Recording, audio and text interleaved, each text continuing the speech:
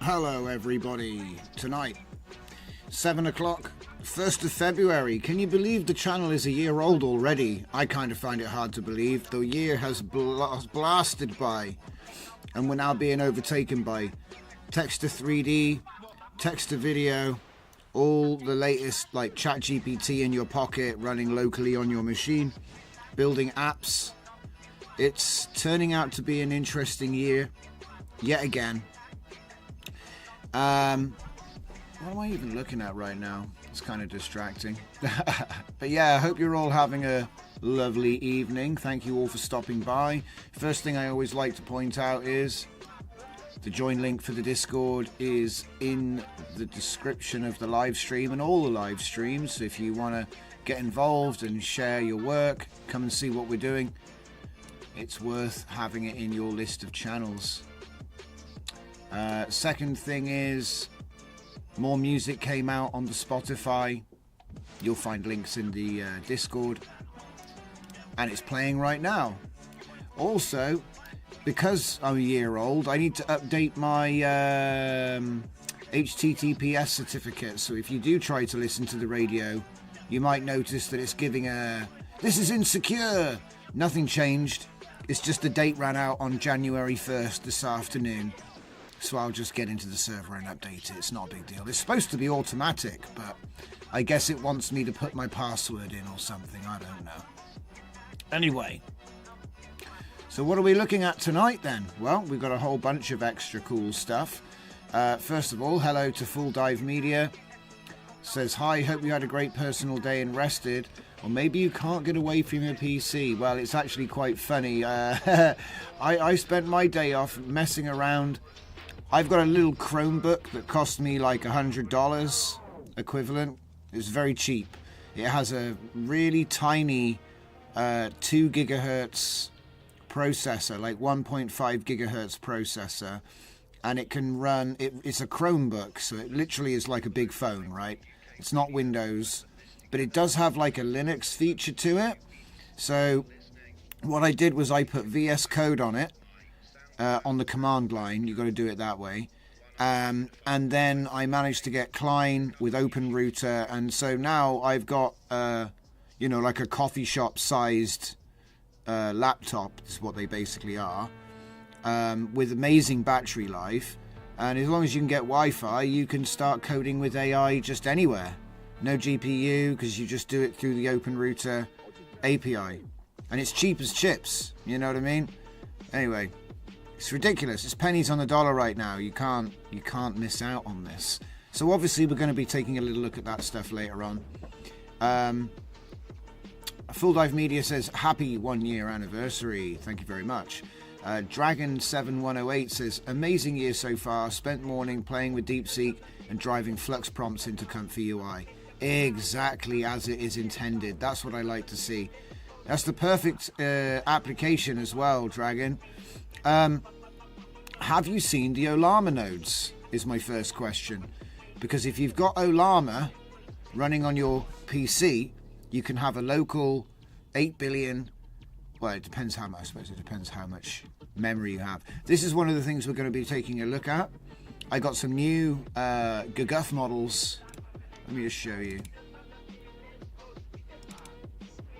So we've got some new GGUFs. So we got a 1.5 billion. I think we already used this one. 1.5 billion uncensored Q8. Now there's been a whole bunch of new things that have started happening, which is pretty fun. So now what you can get is you can get, in addition to the Q8, Q4, Q2, and this is a common thing in LLMs, but I just wanted to explain it a little bit. This one here, KM, and this one here, KL, right? Q6. So it's in between 4 and 8. But the KL means that the input and output encoders are actually in Q8. So it's interesting, isn't it? So we're getting hybrid quantizations of pieces of it. So that means you can get 8 billion. And this is a coder one, but that means you can get that down to 7 gigabytes. And then another different author. So I've got a 14 billion Q4M, which is a similar deal, but it's smaller, but it has a higher quality output, I think. I can't remember it. I'd have to look it up. And then I obviously have the 32 billion Q2, which is only 12 gigabytes, which is insane. Oh, and I also have another one, which is called Unsloth Q4KM. Now, I can't remember. I'd have to... I knew I should have... As soon as I saw that, I was like, I'm going to forget what the hell that one was. But I know it's a DeepSeek. I'm just not sure how many parameters it was. It's only got 4. So I'm going to guess it's probably an 8 billion. Just from the size. From the rough size, I reckon it's an 8 billion. But it's probably a really good one. Right. Full Dive Media says, after a while you'll be able to code in your sleep. I think we can actually, if you set up the instruction and have enough tokens, or when it's running locally. Yeah, you totally could. So keep coding until it works. Test it. So create the app, run the app, test the app, fix the bugs until there are no bugs and all the features work. Go. Do not finish until all of these, you can actually do that, and it will just keep going forever. You can set stuff like that up. And we might take a look at some of that stuff later on. We'll see how much time we got. But as always, it's going to be an interesting show. Like I said, we do these shows every day, just basically blasting anything new that's come up. We discuss any of the new stuff. I invite you all to join the Discord so that you can share links. Give us a shout out in the comments. I will answer any questions. And I think we're just about ready to jump into it. Some more comments to read here. Dragon7108, Olama nodes in Comfy UI. Actually running Olama on a separate machine. It's plugging an extra 10 gigabytes of VRAM into Comfy for Brains. Yep. It's pretty cool. I'm loving this new steerable LLM hybrid application where Comfy becomes an output. And I think that's going to become a bigger feature as time goes on. But I don't want to get too down that road. It's going to take a while for us to build out to it, because it's essentially running your own API and then building your own apps that can make calls to that API. And it's a lot of work if you don't have a good idea, a good reason for it. But certainly having the Olama nodes simplifies that down some. Anyway, so we've got all these new models to check out.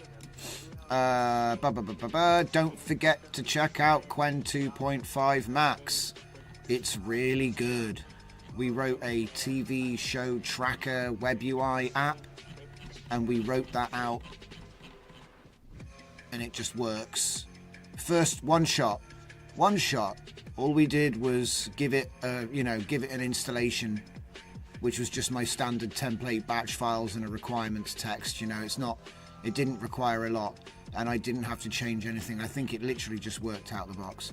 Maybe we had like one bug which we got Claude to fix. I can't remember, but I don't want to be 100% because we do a lot of stuff, but I'm pretty sure we were able to just write that app from conversation with spelling mistakes, and it one-shotted it for us, which is pretty huge actually. And there's a whole bunch of other new models as well, so let's just take a quick look and I'll show you some of my favorite people while we're up here. Bartowski is one of my favorite people, Mr. Bartowski. Okay, he is a model curator for lmstudio.ai, which I didn't actually know. I'm just reading that for the first time.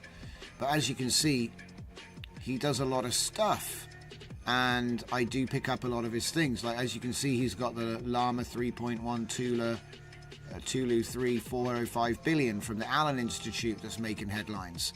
Trouble is, it's still too big, guys. You need 90 gigabytes, even at the maximum quantization. We need somebody to come in and do a Llama Distill version of this. And I wouldn't be surprised if someone's working on it. Also, another one of note, which I didn't have, because it's, I don't have infinite storage, maybe another day. But there's another one here called Quen 2.5 32 billion erudite writer. And I would assume that for writing text, this one's going to be pretty amazing. But what I wanted to do was, obviously, we've got Quen Coder, which is one we're going to look at tonight. So what I want to have a look at here is just show you. I don't want to open up more tabs. Right. Let's do a bit of tab consolidation here. That's the same thing. Right. So as you can see, this is the R1 Quen Coder 8B GGUF. So obviously I have a path which has got a GGUF. I've got a model file here. If I open a terminal and I write in this model file the name of the GGUF file and put that in there, when I run the command, if I'm in the terminal here, right? When I run the create command, it's easy. It'll just map whatever you had in your model file to that, and then it will be accessible in Ollama. Simple. It's actually really easy. Quite nice as well, because it doesn't. I mean, look, maybe it copies the model somewhere. I don't think it does, but maybe it does. But the point is, that's how you do it, so it's easy to set up. But yeah, like I said, if you ever just take a look at some of these options here, and I think this is really interesting as well, because maybe some of this could be applied to our scene, over in our little like image and video land. Because, right, let me give you an example of what I'm talking about here. So obviously F32, we all know what that is. We've got image and video models in that. Let's just zoom it in a bit. Zoom in. I'll get it a little bit under me. Okay. So it's like this, right? We know what F16 is, and we know what Q8 is. Bit like FP8. Okay? So Q8, and you can see it's halving, right? Let's see, comments. Full Dive Media says, I think the uncensored ones are a bit different from abrupt or obliterated, but both are without restrictions. Yeah, it's a different way of doing the decensoring, I think. Detraining the censorship layers. Full Dive Media says, oh, it'll be great if we can find a version that's for writing, especially for fiction. And Samir Udin, can we take the DW bone poses into Blender as armature? I really hope so. If we can one day do that in Blender, I'll be 3D. Because at the moment, I'm just 2D Johnson, right? But hopefully one day we can actually be 3D Johnson. That'd be cool. Lucas says, why not use a wombo combo? Because I've never heard of a wombo combo. Throw the link in our... throw the link inside our new channel. LLM Watch. Chuck it in here with the rest of them so I've got it on my hit list. Alright? Thank you very much. I'm just wanting to have a little wider discussion because some of us... Anyway. Let's get back to what I was talking about. So we all know about Q8 and we all know about Q4.0, okay? But in LLM land, there's a whole world, a whole universe in between Q8 and Q4. And essentially what they're doing is they're keeping some things at Q8. So like, you know how we have our text encoder in VAE? It's not quite the same thing, but just imagine it that in our language. It's like in the inside, imagine if like in our safe tensors format, again, this is an analogy, okay? It's an analogy. We have a VAE and we have a clip model embedded inside the safe tensors, right? So what these allow us to do is essentially have like a different quantization. So whereas in Q8, everything's Q8, and in Q4, everything's Q4, some of these middle options allow the VAE to actually still be Q8. So you have a Q4 model weights, and then it's more complicated than that, but I'm just trying to make, you know, inside the model there's more than just the model weights. And so what do they call it? Embed and output weights are at Q8, okay?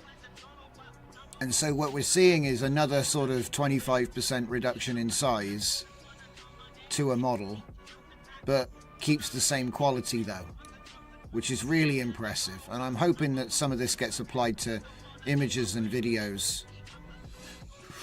But anyway,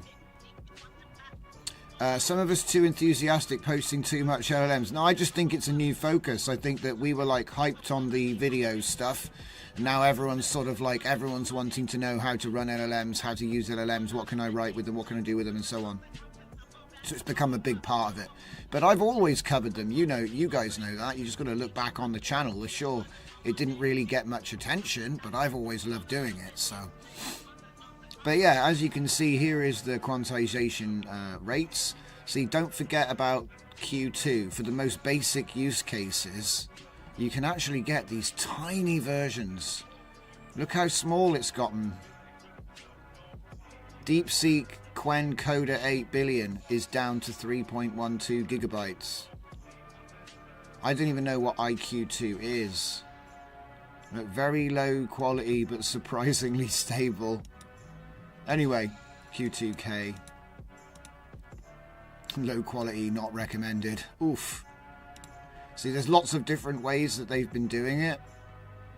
Anyway, I think I tend to go for Q6KL if I can get it. Or see this Q3XL, which is pretty cool. So Q8 for embed outputs and weights. Lower quality, usable, good for low RAM. See, there's loads of stuff, and it makes me wonder, because obviously we're going to start seeing these variants with the larger models too, which means that you might be able to get access to the next setup and not have the slowdown. But anyway, something else worth pointing out. So yeah, Mr. Bartowski makes cool models. He's a big model curator. I don't know if he trains them or if he just quantizes them. I don't know what the deal is, or because he's a curator, right? So for all I know, he runs a library and he didn't make these, but I'm assuming that he made them. I don't know. People are talking about Tiny Swallow as well, so let's just have a little peek with that one real quick. Comes in all the flavors. Wow, that really is small. Damn, so the actual Tiny Swallow Instruct is only 3 gigabytes in F16. So Q8 is 1.6, which means that if you took, like I said, the Q3,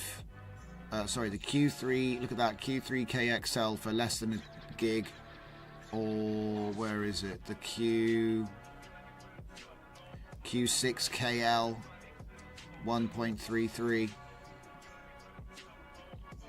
And like I said, I really don't know anything about these models. I've just heard, you know, you just hear about them, don't you? It's like, oh, people are using these. Magpie Ultra. They don't really say much about what it is, do they? It's a base model, so it was a Quen 2.5, 1.5, okay, 1.5 billion, and it's been fine-tuned to be an instruct model. Okay. Yeah. They've ended up calling it Tiny Swallow and then quantized it further. So yeah, there's a hell of a lot going on. And like I said, when you can run this stuff on a Chromebook, it's like the barriers have been completely removed now. Where it used to be you have to have a 4090, now you can run it in a coffee shop with no GPU. Okay, so hello Throttle, welcome to the stream. Welcome everybody. And please do keep on posting those models. Thank you very much, by the way, Lucas, for posting that one there, or whoever did post it. Different names, I don't like to assume. But yeah, Wombo Combo, there's another one I got to check out. Okay. Let's get rid of that. So that's Bartowski. And there's another guy that I'm always getting his models, but I don't seem to have it up. So maybe we'll talk about him another time. So for now, Bartowski. And yes, indeed. All right. So let's talk about the next thing. So let's talk about LoRa. Now here's the problem. There's a lot of LoRa trainer thingies popping up to do video. This one's okay. Now this was trained on 48 still images, by the way. 48 still images. And they were VHS 480p, no, 360p quality. I don't know what's happened there. And it gets a bit confused about whether we're going forwards or backwards, but that's probably my fault with the captioning. Okay, I just wanted to test that it works. And it does work, and you can download the LoRa. So this is fal.ai, right? And to be honest, when you want to do it, it's pretty straightforward. I mean, this is the inference, right? So let's see, how do I show other videos that I want that I've made? I guess you only get to see the last one you made, is that it? Well, let's make another one. Anyway, I've got it here's the video training LoRa, so fal-ai Hunyuan video LoRa training. Now here's the problem. Now, I don't know if it's just my LoRa, but when I did this, the LoRa's don't load in Comfy. Now, I've seen conversion scripts floating around, and I tried a couple of them, but none of them seem to work. So I don't know whether the training script I've got is scuffed. Some people actually say that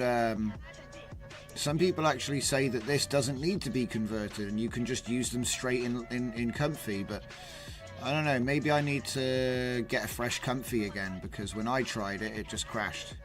But then I was having that problem with Janus, the deepseek image model. So maybe something broke and I need a fresh Comfy. So that's always a possibility.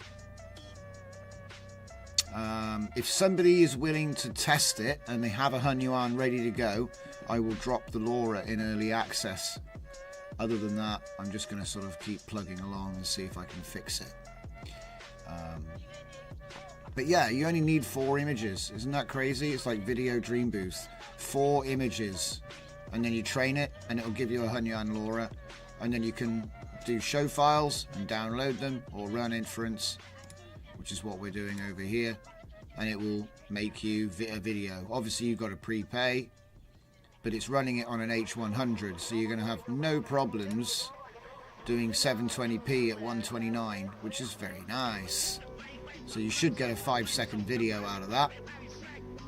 There's also a pro mode, which makes it high quality, and I can only guess. Look, it says normally it does 35 steps, but we'll do 55 steps, which gives you better video, but takes longer, and they double bill. Hunyuan working here too, says Zook the Spook and Janus. Alright, Zook, I am going to drop in the pings channel, I'm going to drop the LoRa that I trained, and you can tell me, because I think I might need to reinstall, because I was trying to test it, and I think I broke something, guys. Let's see if I can find this bad boy. So he's in my tools, I think. Yeah, because if you've got them working, maybe it'll work. It might be that my comfy is lying about updating and it isn't updating. Is that it? Hunyan fell to comfy. Okay, so that's one of them. And that's the conversion that didn't work. Okay, so there's one. Whoop. It's 300 megabytes, but I think I'll get away with it. Wrong channel, but it's okay. Where the heck did I put it?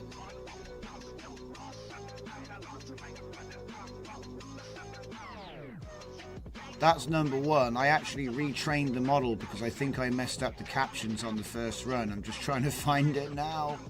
I've obviously put it into some cool folder. Mesh fixing. But yeah, I'd appreciate it if you could run that one in Hunyuan. I will give you an example prompt so you know what you're dealing with. Just so everyone else can take part in the fun here, you know. Oh wait, hang on, I need to grab the prompt from the DM.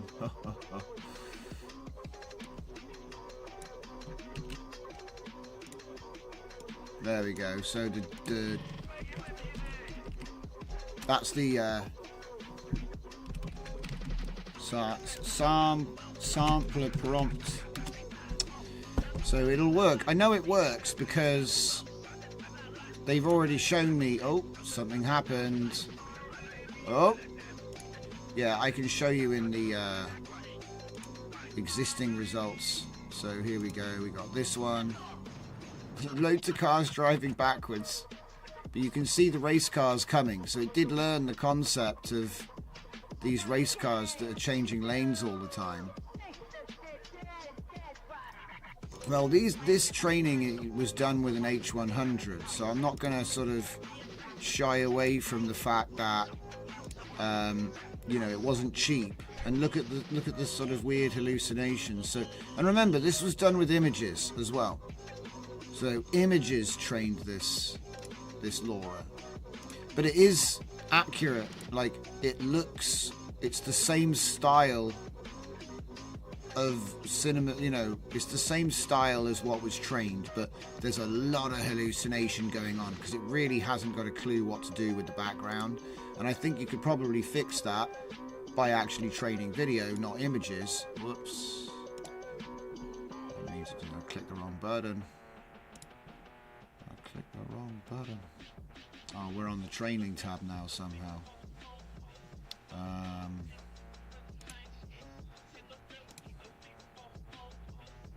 Whoa. Did we not even get anything from that? Oh, that sucks. Oh wait, that's the model. What are you doing to me here?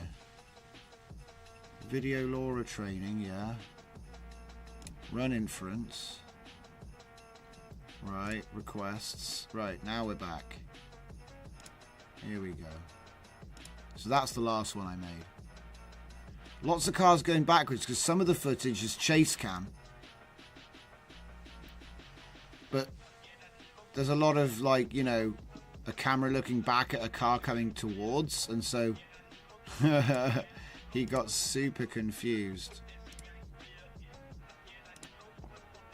You can see it's got potential. It's got potential.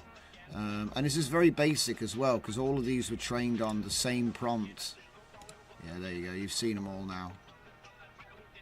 But yeah, the reason I'm bringing this up is because, yeah, you can train your LoRa, but you can then only generate your LoRa. You can only generate on this platform, right? Because for some reason, the LoRa format isn't compatible with Comfy. And like I said, until we can find a decent script, it's really cool, but it's not really as portable as you think it.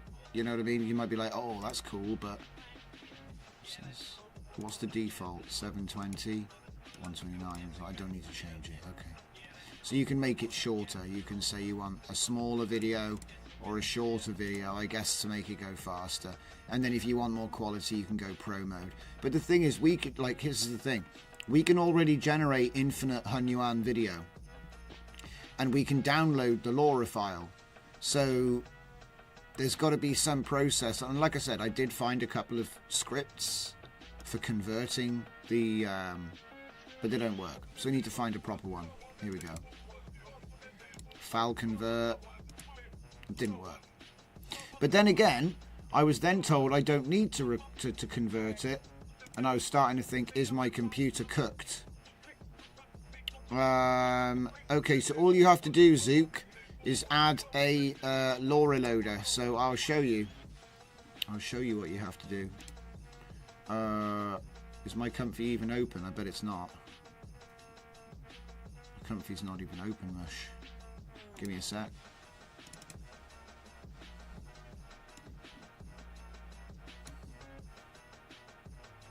So Full Dive Media asks, can we train LoRa locally? And the answer is yes, and we're going to take a look at a web UI that will allow you to do that. So if you've got the hardware, the answer is yes. But of course, you know, with you having to hire H100s in the cloud to get it done, you know, you're going to need some beefy hardware. This is why I always look at the cloud first, because it's sort of like train it for money with no equipment, or train it on your own equipment for free. So it's up to you.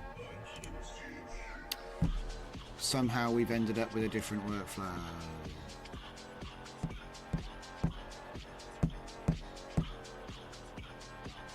So the answer is yes. And like I said, I've got it installed already, so I'll show it to you. Ironically, it's just like the one I was working on, but 10 times better. So I probably won't finish mine. Just for anybody in the audience that's not aware, it's going to be created and written by B. Maltese, who is the guy that did the Koya SS GUI for training image LoRas. So I think he's got the experience to make it work, you know what I'm saying? He only worked on that thing for like a year. Maybe 2 years, actually. Are we going to ever load? I think that my comfy's cooked. This is one of the symptoms of comfy death. Do you see what I mean? Oh, okay, we're in. It was, you know, maybe it was the 3D stuff, which is new. Could have been the 3D stuff. I'm not 100% sure. It's pretty fast as well, to be honest. I'm surprised how good it has become so quickly. It'll only get better too. This is Hunyuan 3D version 2.0, by the way. And it's just the example workflow. Anyway, we were here to do something else. So let me just keep my eye on the Discord. Oh yeah, that's right. I wanted to show you how to fit the thing. I'm downloading the last clip. Oh, I see. Yeah, the only thing you have to do with the workflow itself... Please don't tell me it's turned all the workflows into like the same one. It does that sometimes. It'll like turn them all. No. Okay. It's a good start. Yeah, it's a super easy change to the workflow that you've got there. I'm just trying to find the right one. Just chuck a LoRa loader in the top.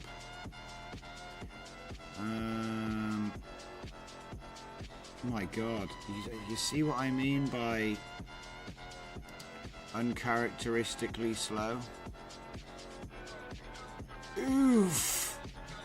That's okay, we've got more things on our list than just comfy UI tonight, so... But I'm being patient. Yes, he's not doing it. I might have more luck dragging... Yeah, I think...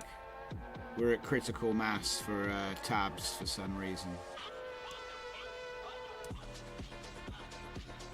Oh, okay, we got that one. That's a demo for GSL. We can catch up with this later, says Zook.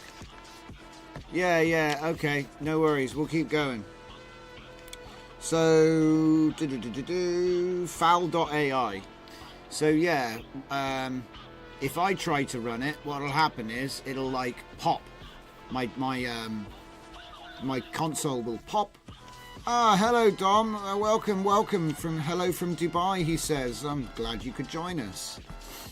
But yeah, as I wanted to point out, this is something which I wrote a little think tag seeker node, which is something that I wrote to split out the thinking from the response with R1. Now obviously this isn't an actual response, I don't even have Olama running right now, but you can run Olama in Comfy with the Comfy Olama nodes. I'm sure there are more, but I like these ones. You can change your system prompt, set your seed, change all the good stuff right here. Very cool little tool. And like I said, all I've done really is I've just put it through a think tag. It just literally filters out, so you've got the think and the thing. Now the funny thing is, as time's gone on, we've actually got better ways of talking to DeepSeek, so it's not so much of a big deal. But I do want to check out all of these new GGUF models. Where are they? There they are. I've got to check out all of these new uncensored GGUFs, and I do want to check out Quencoder and see what that's like. But again, I know I've already said this before, big reminder, don't forget to check out Quen 2.5 Max.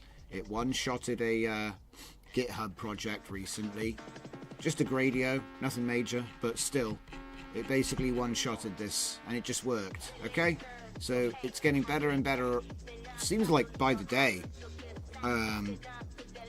But yeah, what we're going to do is we're going to be doing a new feature soon called the LLM Combat Tournament, okay? We're going to be doing a whole bunch of these sorts of features. And essentially we're going to have a bunch of set tasks, and we're going to have all of the LLMs do them. And unlike other benchmark, it's going to be more practically focused. So we want to actually do something that will do it the same with all of them, and then we'll literally just bare test the outputs and rank them like that. So that's one thing that we're going to be looking at over the next couple of over the next days and weeks. As for my broken Comfy, how are we doing? Are we anywhere close to seeing things? I think what I'm going to do is just drop it in there, because it's not going to hurt to break my installation one more time. So if I go into DJZ workflows and just come down to Hoda Hunyuan, native, yeah, native V20. There we go, that was easy. Right, so obviously if you want to load a video LoRa, you're just going to have to go with load LoRa. We're going to hook up the model to the model to model. We're going to have to take that one down there as well. Sometimes they have two, just got to keep a watch out for that stuff. And then finally they're going to do the clip. And there we go, now we've got that passed through. So do I actually have one of these? I've got the fixes. Now because these went through a converter, I'm actually going to delete those and just use the normal ones, and see if it still crashes. Because like I said, there's a bunch of things that could be going on here, and I don't want to like assume, because I don't know. It's all so new, it could be a number of things. We've had this happen with images in the past where the format was wrong, and then it's usually just a little script, but the scripts that I have didn't work. So right, so let's just delete these two. Okay, and then we just got to find the original script one more time. Where on earth did I put them? I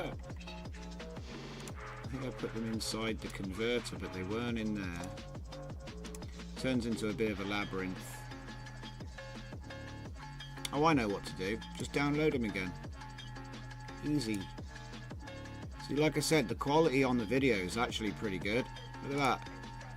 I mean, they don't have a clue which way is forward and which way is backwards yet. But considering this was trained off of images, I actually think it's crazy.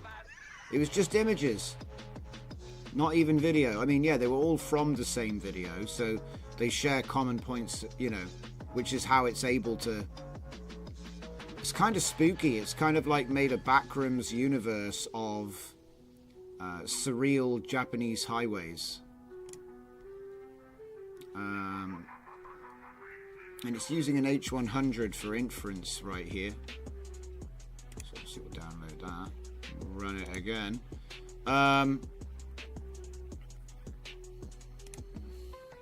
Okay. So let's keep it moving. Not that one. Get rid of that one. I think it must be like up to the memory limit or something. Okay. Need to put that LoRa in place. So let's download it, shall we? So there he is, adapters model. We'll take the later one that I did.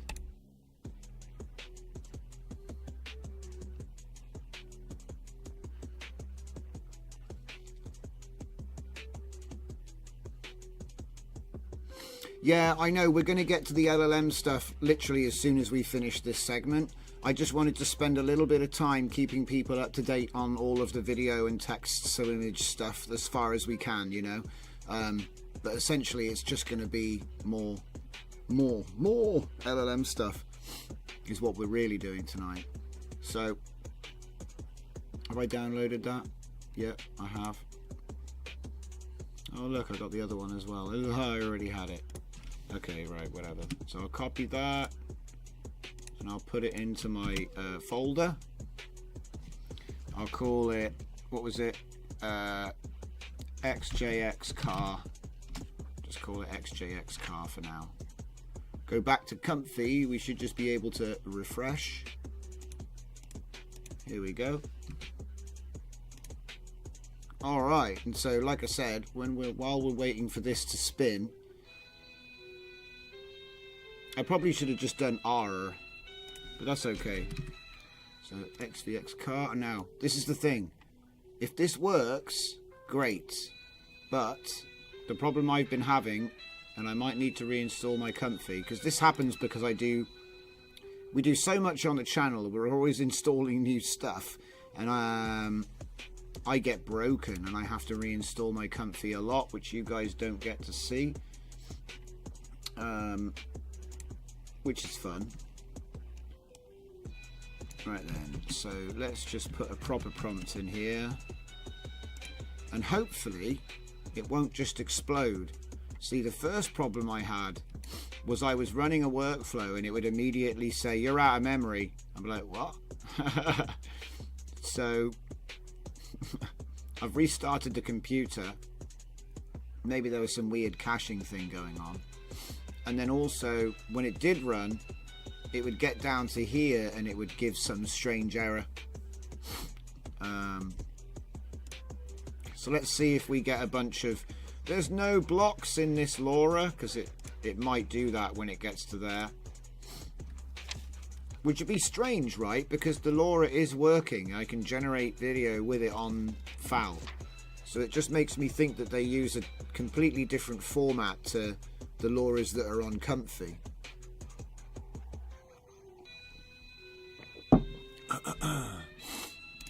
And in case you were wondering, the LoRas which we've gotten from Civit AI, they run with the exact same workflow that I'm using right now.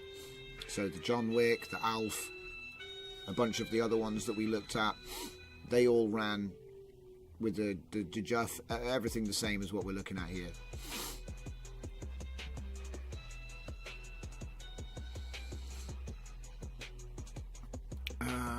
Let's see. Full Dive Media, hi, good afternoon. Electro Lab with the big wave. Full Dive Media says, I was going to propose we test LLMs, but I did not want to impose. Don't worry, we'll get to it soon. This video, LoRa, is really helpful. Yeah, I'm hoping that we can give proper guides on how to use the next thing I'm going to show you, which is the last part of this segment. So while it's, I guess, preloading all the clip models, Hopefully it doesn't Let's show you that, because it's really quite interesting, and I think this is what everyone's actually going to end up using. It took a while for it to come out, but it is out. So let me see if I can find it.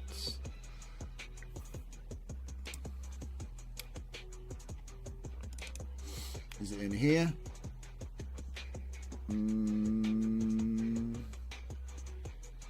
No.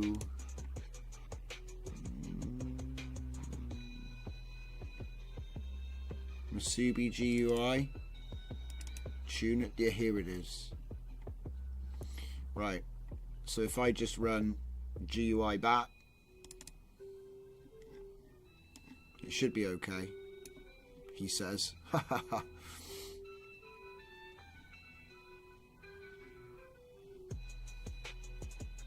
That's taken forever. See, this is the symptom that I had when my comfy went wrong before. And I think what I've got to do is just start again. Just start again. Okay. So let's have a look at, what's it called? 127, was it that? Is it that, or is it something else? Yeah, it's 127. Right, so here we have it. Clip missing in terminal. Yeah, the clip missing in terminal, just so you know, guys, it's because we loaded UNet loader on its own, and it will give an error for that reason, because we didn't actually hook it up. But we are loading clip here, but it was missing here. It's confusing, I know. This is still loading, taking forever. This is the symptom I had before. It's broken comfy. We've tested too much stuff. It's time to start again.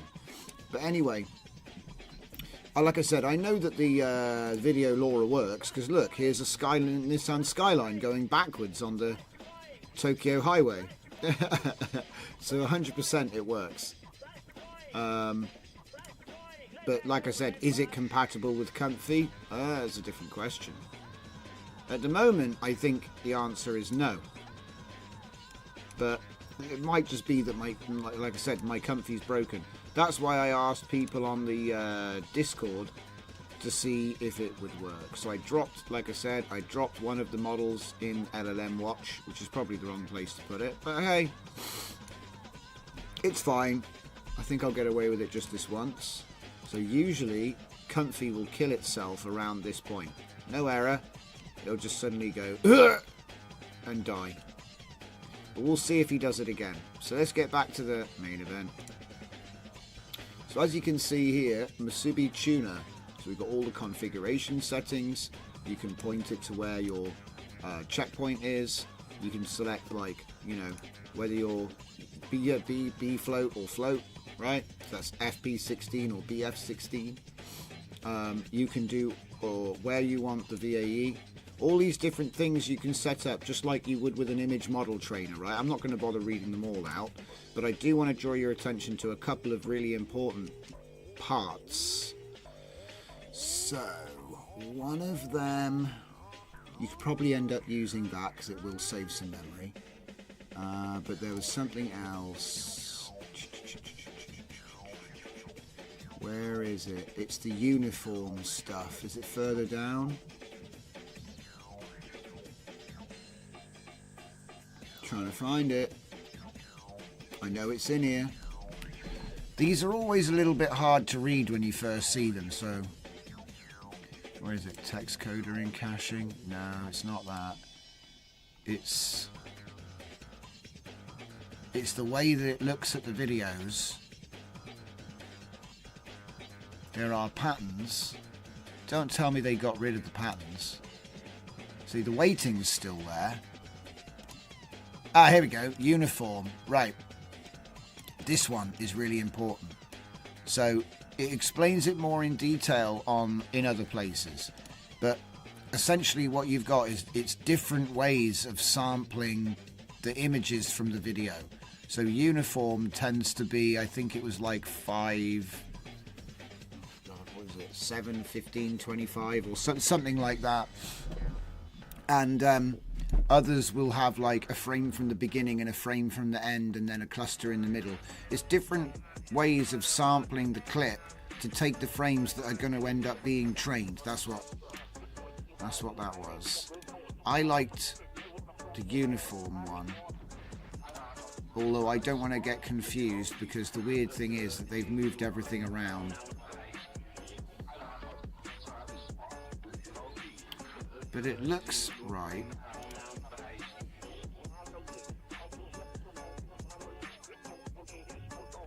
And then they do have documentation as well that explains like how your data set should be and what the rules are with that. And so we got documentation right here, how to write the TOML file, things like that. Trying to get to the important parts. I used the PowerShell command to install it, which does make it a lot easier, and then you actually use a UV method to install it now.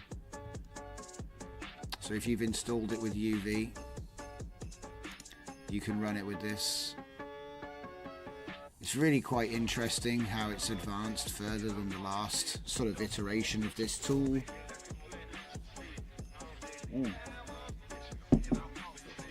And as you can see here, he's telling you about the FP8 mode I pointed out.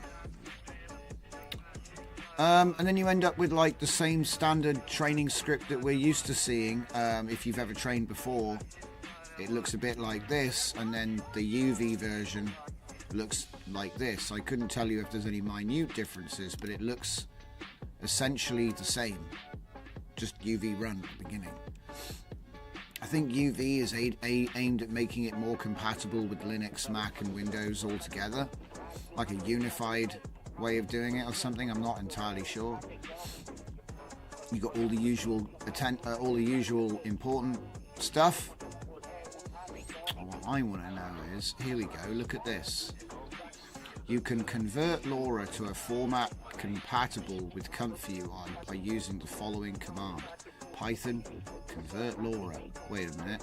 Do you reckon I could convert it right now? My lowly... Where is that? Where did he put that? I don't see it. Am I blind? Where's the convert Python script? Hello Fernicar, welcome to the stream. Welcome to the stream. Is there a comfy convert? There's a convert LoRa there. Ah, it's in here. Convert LoRa. I might have a way to fix... Wait, is it still broken? Let's have a look. What's Comfy doing? I think it's dead. It's not doing anything, is it? Look. I've never known a LoRa to break the workflow, though. It makes me think it's me. It's loaded it. And look, what the hell? What the hell's going on with these numbers? Normally it says like 9.5. Now it says 21,500. Oh, it's moving on to sampling. This is so bizarre. I'm going to be real, guys. I don't know why it's chugging like this. I think it's like the LoRa's in the wrong format. Oh. Wow, it's going to be slow. Yeah, so I wouldn't be surprised if we just get a garbled mess. If it even, I'm surprised it's even got this far.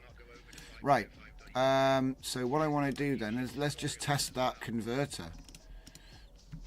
So if I copy that, put it in here, and go into terminal, and we'll do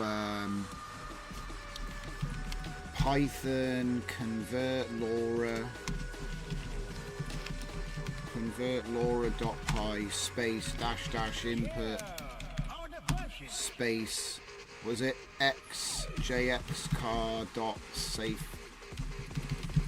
tensors dash dash output xjx car dash fix dot safe tensors.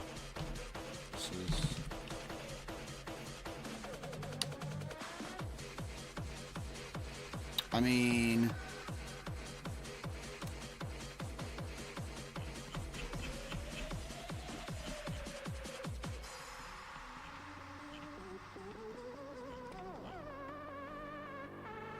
all for UV. Nice. What's target other?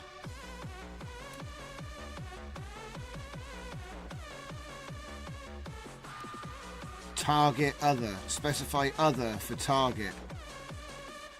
Use default to convert from something else to this one. Okay, okay, okay. Big brain.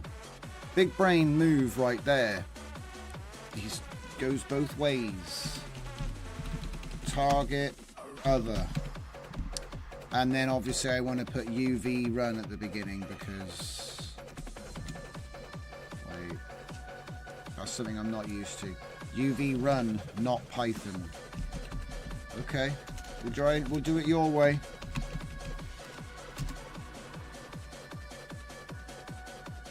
Wow. What's all that? What's all that? What the heck? It's creating a virtual environment just to do this? That's cool. I like it. So anyway, with a Python 3.10.9 interpreter. That's crazy.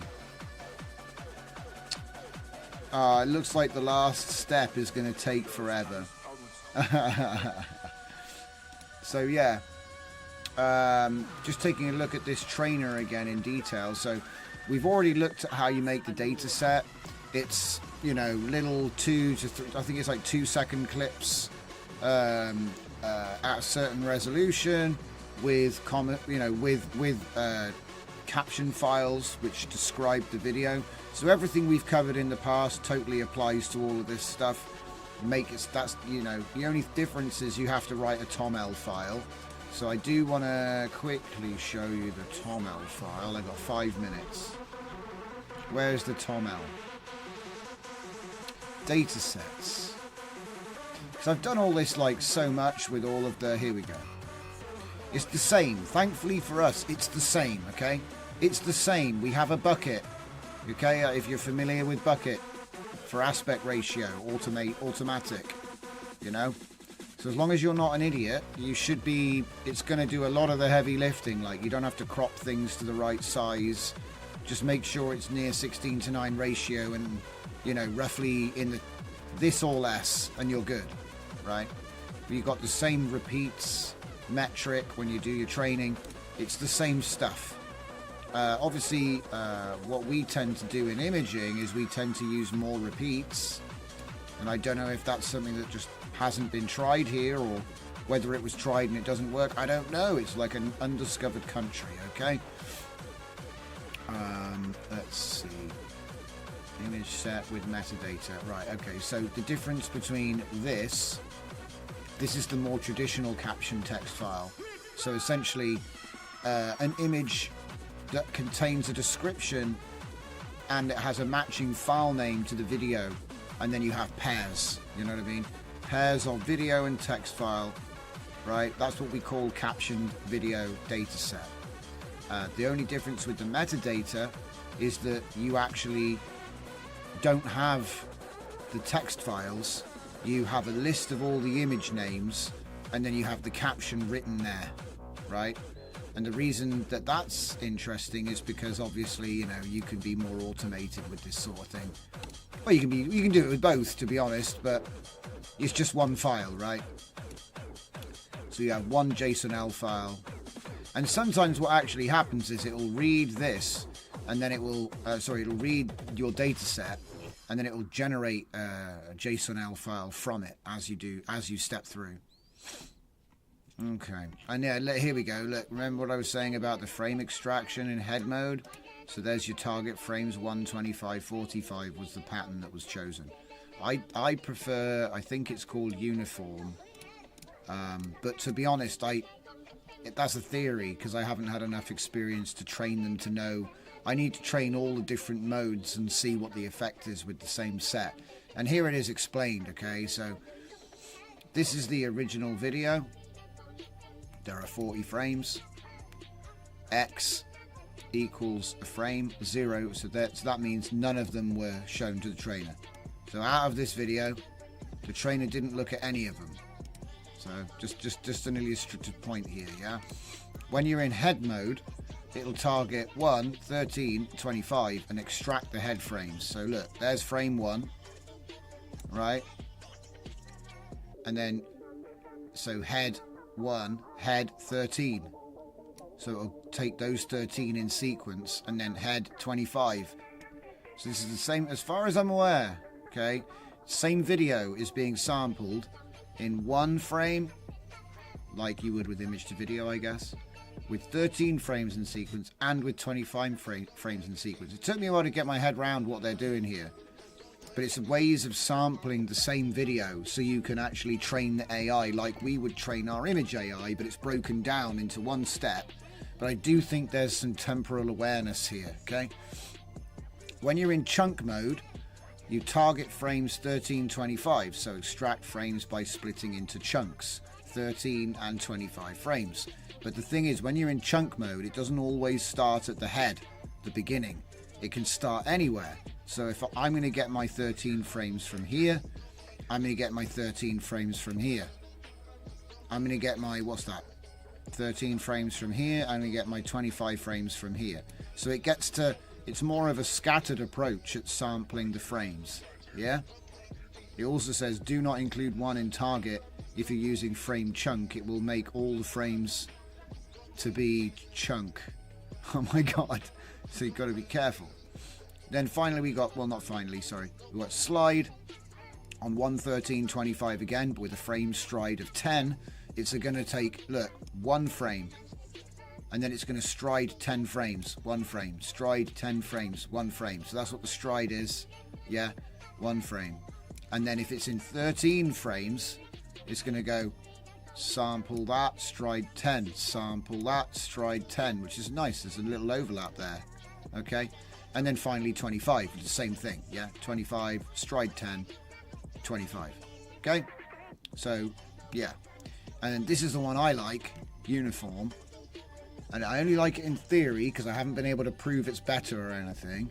But looking at it, when you have uniform with a frame sample of 4, you're going to go 1, 1, 1, fine. But the 13 is where it gets more interesting. Because look, see, frame sample 4. So this is, I think, equidistant. So we've got position 1, position 1, position. So it's like, you know, 25%, 75%, 100%. And then when we do that with 13 frames, it's going to do the same thing. So it's like first quarter, middle quarter with an overlap, third quarter with an overlap. And so I think this is why I like this, because it's like, I think it's got the best opportunity to train the sequence of images correctly. So accurate motion is what I would expect to get out of this, because there's so much for it to grab onto. And yeah, so that's why I want to do my training with uniform. Hey, it might be a complete waste of time and I'll go back to the defaults, but this is one of the things I want to test out. And I think that's pretty much everything I got to say. So let's have a look and see how my training conversion worked. What's that? Oh yeah, that's Musubi. So yeah, I'm going to be giving this one a test, see how it gets on. So let's close that down for now. Kill this. So I've showed you that, because like I said, it was really easy to install for a local tool. Really good. Like I said, it's called Musubi Tuner, but it's on Koya SS. So anybody that knows this is one of the biggest open source LoRa trainers you can get for images. So the fact that he's doing the video with Hun Yuan is a big deal. So very happy with that. Great to see it. It's a shame you don't have a screenshot up top though, so you can see what it looks like. But yeah, who cares, I guess. Alright. Have we made another cool video? No? Let's make another one. It may as well. But Because the thing is, I'm not sure if I want to keep training here. I mean, look, if I can get this converter to work, it's fine. I could train another video. That would be fun. Also, I need to test training with videos, not images, which is kind of another reason why that trainer we were just looking at is better. Because it, you know, training with images is actually quite exhaustive, guys. You've got to like pull all those frames and caption them, and there's a lot of frames. Having like a strategy to spread across the video automatically is super cool. All right, Electrolab says Thunderbirds are go. I think he said that ages ago, but I just looked over and saw it. Okay, where the hell did it go? There we go. Right. Loading XGX cars, converting to other, saving and fixing. So, the last piece of the puzzle. Oh, and it actually did generate something, apparently. Oh! What?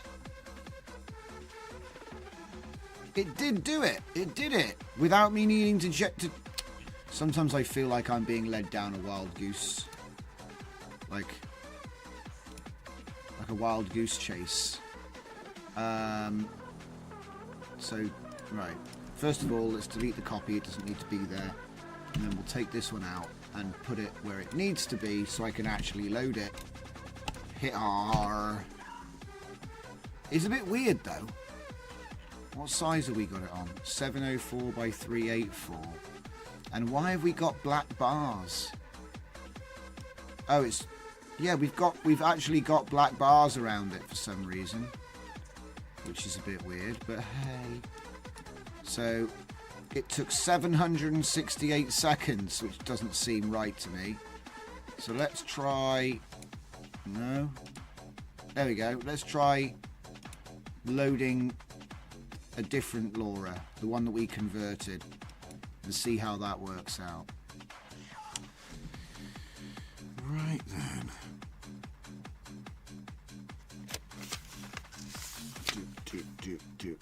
I reckon it's almost coffee time up in here. But yeah, it works. You can train LoRa with just images. You don't need video. So next up, I want to train the same video, you know, with a video trainer, not an image to video trainer. Image to video model trainer. So, but it's an interesting one though, because it makes me think, well, does that mean I could just get a bunch of captioned images, throw them all in a folder, and then train them as, you know, train them as a video LoRa? What the heck's that going to look like? So I don't, you know, I think you've got to be smart about it. Like, I know that it has good car knowledge. So, Full Dive Media says, coffee. Yes.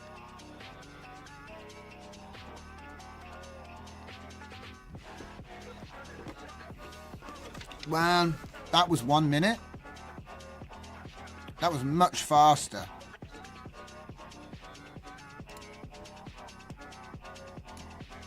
Oh, sheesh. Now it's been converted. It's a beast. Right, what I'm going to do is I'm going to leave that on instant. And I'm going to let it just do that while I'm making the coffees. That's really good. Yeah, I'll be publishing this. You'll be able to grab it in a little while. We'll make some demos. Been trying to get this to work all day. Like, it was either really slow or like brain crushingly slow. Yeah, you get what I mean. Let's put the time up to 3 seconds as well, because I was skimping out. Cool. We finally got a video LoRa done. But this is just from images, which is amazing. That's probably the best one I've actually done so far. All of them have been a little bit like cars driving backwards down the road and stuff like that. Let's see what the comments look like before I step away from the keyboard here. Louis says, got a ton of work on, posted to say the banger, that is a banger of clickbait. You're in the favourites for later. Have a good evening, all. Thanks, Louis. Right, I'm going to be right back. It's coffee time.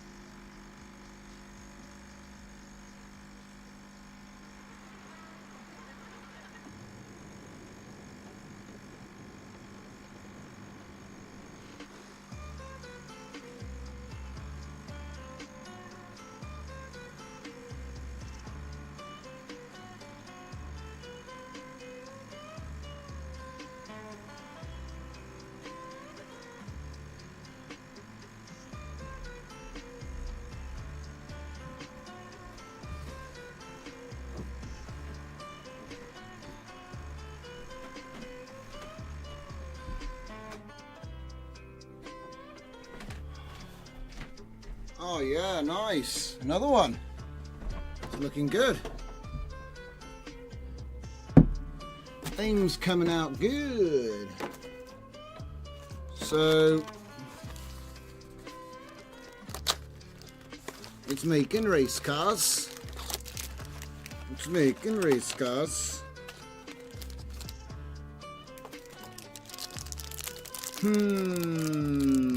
I would say though, if the outputs keep coming out like this, oh no, there were, yeah, okay, there we go. Now we're going backwards.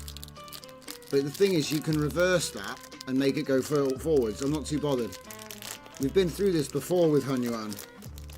The only thing I'm thinking is, can it do chase cam and stuff? I reckon the answer is yes. You probably just have to train that keyword.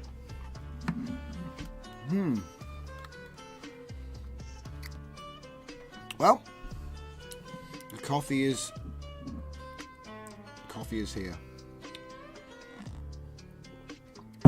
Right. I think there'll be another one ready in a minute.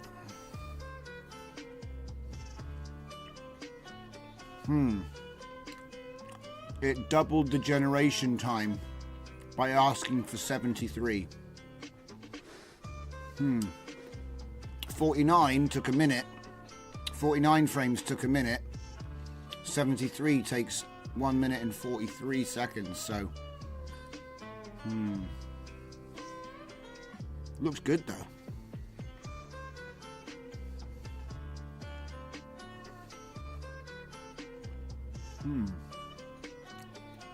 And the funny thing is, the data that this was trained on was like, it was like a white car racing a yellow car. That was it. It was mostly chase footage, but some like this too. I'm going to disappear off the screen. I've been yapping up here forever. Man. Huh. There we go. There we go. Nice bright yellow. It's kind of like a Jaguar Mustang. They should have made one of these at their last concept demo. Maybe,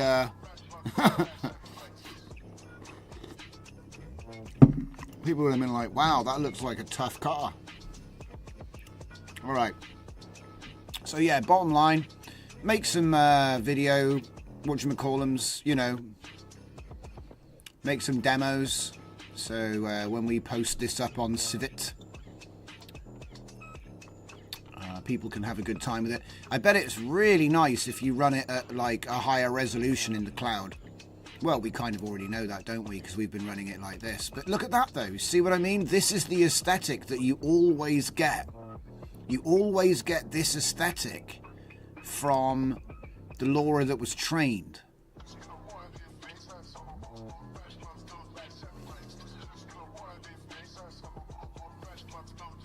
Which is like very much, you know, JDM found footage style. Makes me wonder if there's still something not quite right with the LoRa. Because the aesthetic I'm seeing is a lot more, where is it? This is more modern, if that makes sense. This is a lot more modern. Whereas the style I trained, which I was getting out of this LoRa, is like a classic 90s VHS aesthetic. You know, it's kind of a little bit better than VHS because it was trained on a movie, like a movie chase scene. Yeah, true, Lucas. If you just reverse the footage, it's golden. You know, scenes like this, you've got like a weird looking car in the shot, but I don't think... Because look, it's got a white skyline and then it's got a white Nissan. So it's got the two cars right, but it's got the colour wrong because I never actually told it what it was. I just used the same prompt. XJX car style video of custom cars racing on Tokyo highways at night. JDM style found footage.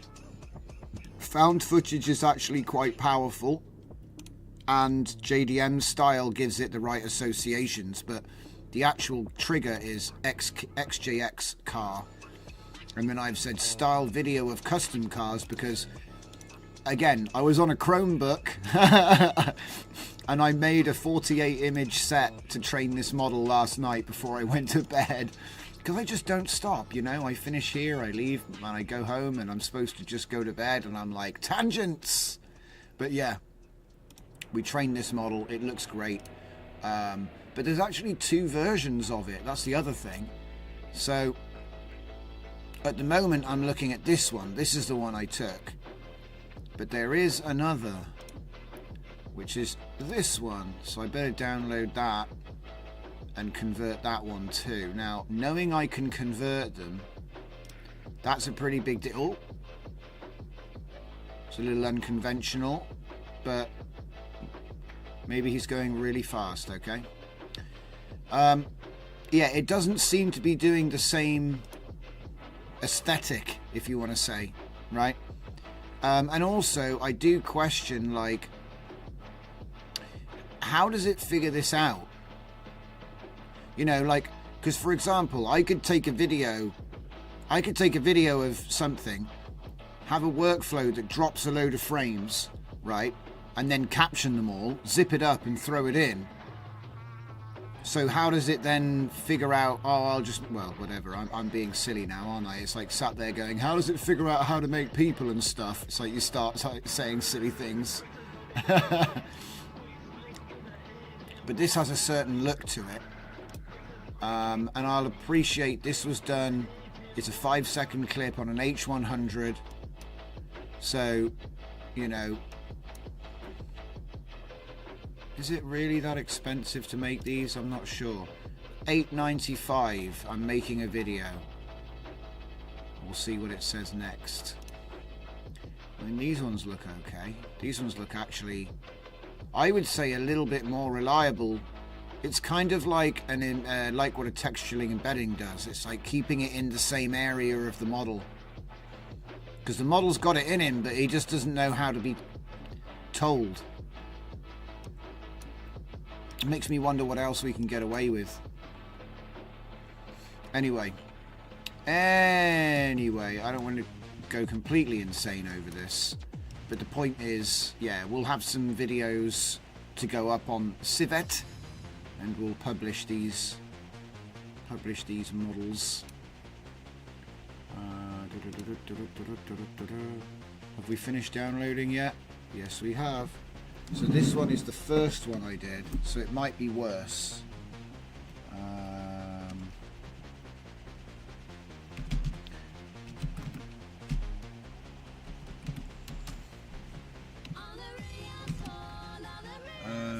And then I put it in here. Yeah. And hopefully I've still got this open. And then I just need to say 0.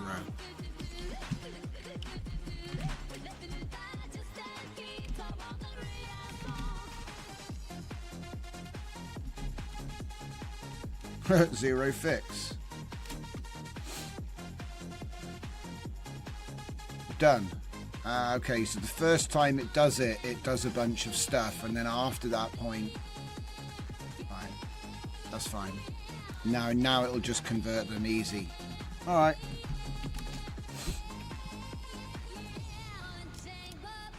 So yeah. Oh wait, hang on a minute. This one only has 1 kilobyte. Uh-oh.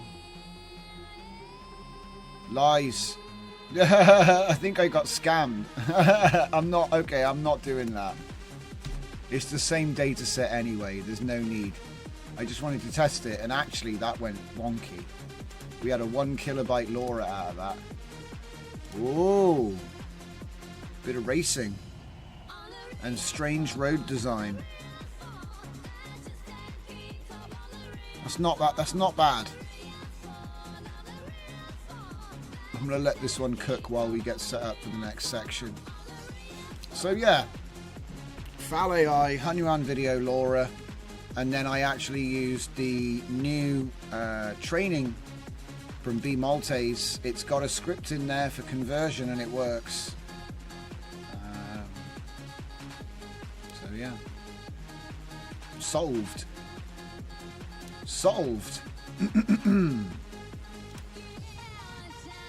Okay, so we've closed that, close that.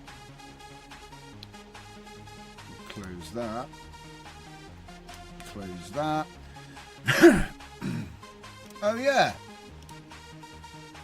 what I wanted to do tonight was I wanted to do T poses. I don't know if I'm going to have enough time to do it, but we're going to go into the LLM stuff for a bit now.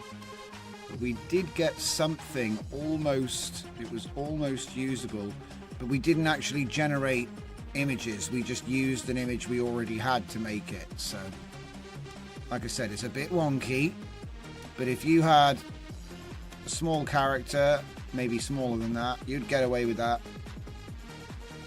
Of course, you'd want to do a bit of fixing, right? Bit of fixing here and there. But anyway, she's got such a wonky face as well. Look at the geometry on this face. Hello? It looks okay when you're looking at it from one angle. You know, it's like, this is what it looks like on the game cover. But then you get into the game and she turns around. Another Ubisoft classic. Alright. So this is meshy.ai, by the way. Very simple image to 3D. Of course, we can do that ourselves now. But it is always nice to have a lot of tools you can run to. And not everybody in the audience is running Comfy. Some people are just using web services. That's why I keep trying to cover web services, because you can get away with it. All right. I think that's enough Comfy for a little while. Oh no! Did I just kill the... Yeah, I must have killed it. That's okay.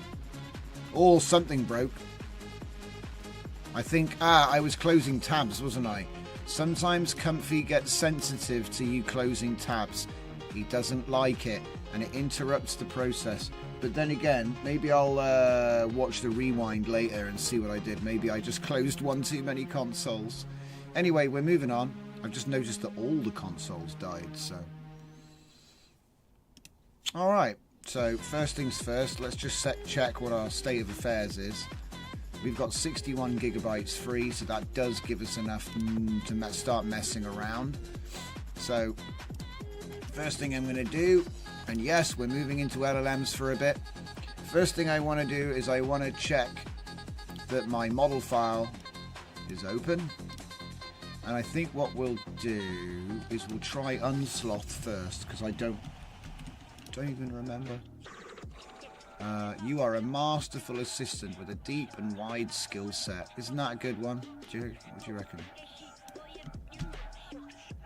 There we go. So we literally just put the name of the Jajuff right there. Open up a terminal here. I think it's -F. Oh look, it's already there. I can just hit up and see my bash history. So I'll be able to see... Wait. Oh, yeah, here we go. There. So it takes the name of the model that it's going to create the model file for and register it. So you can think of this as registering it, really, I guess. But we're creating a model file and we're going to base it on Unsloth. So I'm going to call it Unsloth Q4KM. Yeah, I think I'll get away with that for now. Maybe.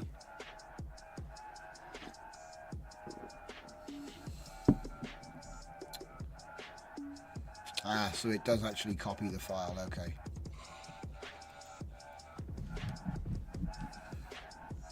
Yeah, I got enough memory to create all of these if I need to, so.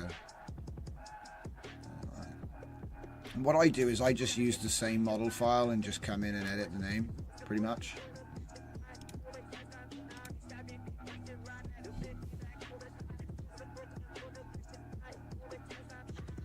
I think I probably mentioned this already tonight, but you can run VS Code on a Chromebook. So it's just a good point to make. Now, I must admit, I had an Intel Celeron, not an ARM.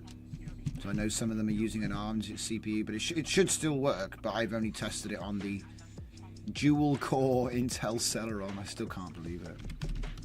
And it will run Klein with the API, and then you can just go ahead and start doing all this stuff. Because it's sort of like, do you really need all that computer when it's pennies on the dollar at the moment? Right, it's only going to get more expensive as well. I have used RuCode as well. Somebody just posted that in here.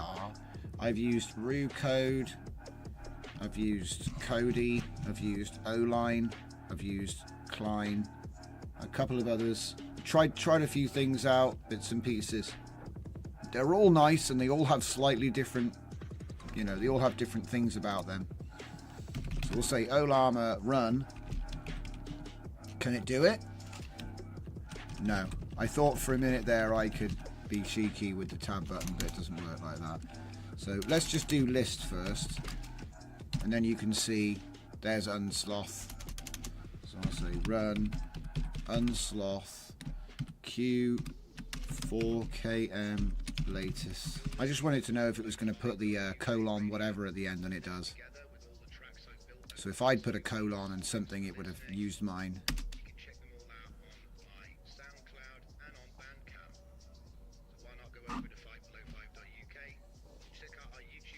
And we're up. So the model that we're using right now is a 4.7 gigabyte model. I believe it's 8 billion. So I believe it's a variant of the DeepSeek R1. 8 billion parameters in Q4KM, which means I think the output is in Q8. I'm not sure entirely.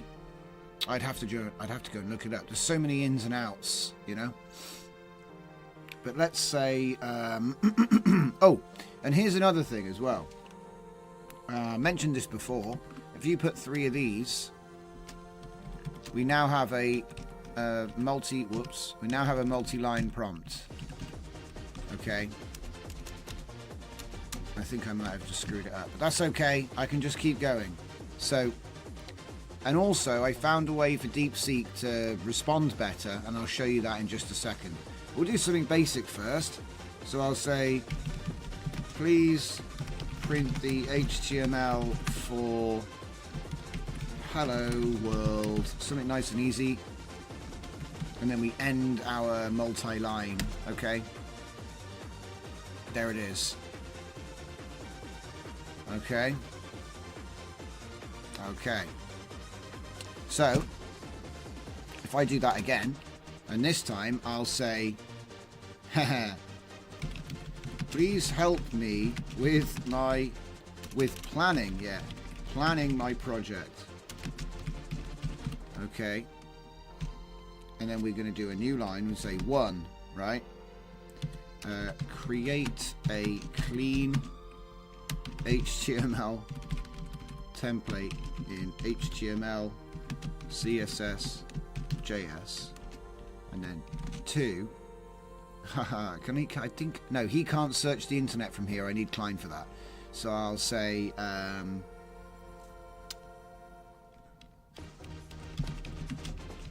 fill in the website with text that makes sense. This should be interesting. I haven't even told him what the website's for. Fill in the website with text that makes sense. Create a horizontal menu with 4 options: home, info, contact, links. Okay. For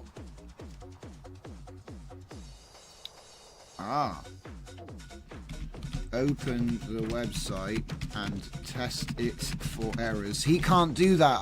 That's Klein. That's the wrong lesson. He can't do that. That's the next step. So please help me by planning my project. Okay. Consider complementary colors in a pastel palette. I'm getting confused with all these French words. How do you spell palette? How do you spell pastel? Pastel? Pastel? Pastel? Pastel? Pastel? Pastel palette. That's broken my brain. Okay. And then finally, was it? Yeah. Print the updated HTML code, and then finally write a report with suggestions for areas of improvement. Now, the reason I've done this the way I've done this is because this is the tip I was going to give you guys for deepseek. He likes a list. He likes a shopping list. He likes step by step. He loves it. He loves it so much, I get 10 times better responses by asking him for step by step. Now, it doesn't work every time. Look what he did. He did 6 different think tags.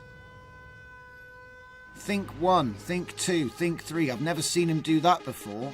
So he said, I need to provide an HTML template that includes all requested elements, clean design, text content, horizontal menu, color scheme. Then he thinks again. For the clean design, I'll use modern aesthetic with minimalistic styling. The text should be clear and easy to read. Then he thinks again. The horizontal menu needs to have 4 options without using JavaScript. It can be styled with CSS. Think 4. I'll use pastel palette of colors, light blue, light green, light yellow, light purple. Think 5. Final report should include all these elements. I need to structure it accordingly. Here's the complete template, and then we even get a think 6. I'll also provide some suggestions for area of improvement based on typical website design considerations. And then off he goes. He creates this HTML template.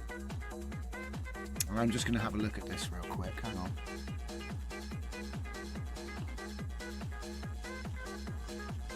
These are all solid decisions that he's making here. I mean, you could say, oh, he didn't say it was the strict doc type or loose, but nobody cares about that stuff. It's interesting that we've got a little bit of JavaScript here, because he specifically said, do you remember? He said, where is it? Look, the horizontal menu needs to have 4 options without using JavaScript for simplicity. It can be styled with CSS. But then when he came to do it, he actually did do the main menu with JavaScript. So he's gaslighting his own plans, I guess. But that's just an area of interest, you know. If the code runs, who cares, right? So let's just take the code. And I'll just create it in here. It's fine.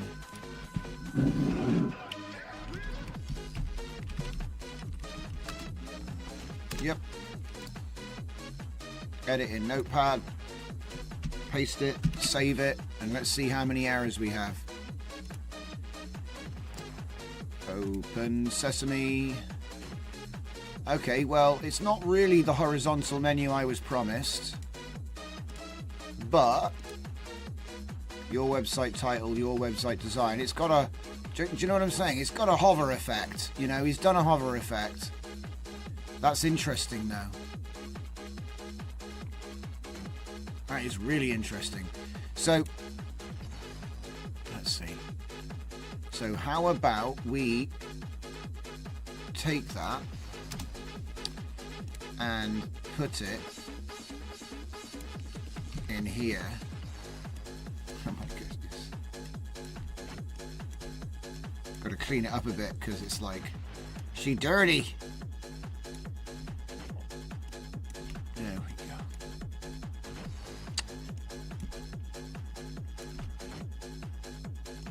get rid of the tags as well. There we go. Right. Yes. Okay.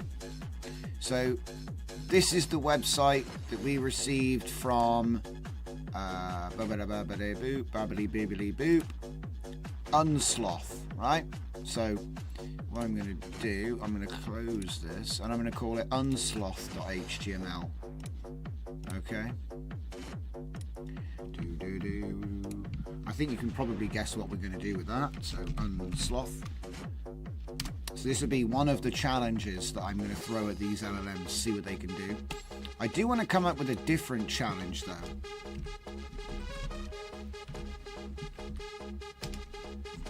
But at the moment this is a pretty solid one because it's just a simple do this. So we probably want to get like a baseline at this point. So what I'm going to do is make a new folder, call it Klein, go inside the folder, and then in VS Code we're going to close this folder, open this folder, get the path, send ourselves into that new Klein folder we just created, trust ourselves. Okay, a very important part. And I'm going to go to Klein, disappear that, and I'm going to take that prompt and I'm going to say, Claude, let's put him on plan first. Let's put him on the spot. What would Claude do? That's what you have to ask yourself. What would Claude do? Wow, look at the reasoning go. Look at all that reasoning.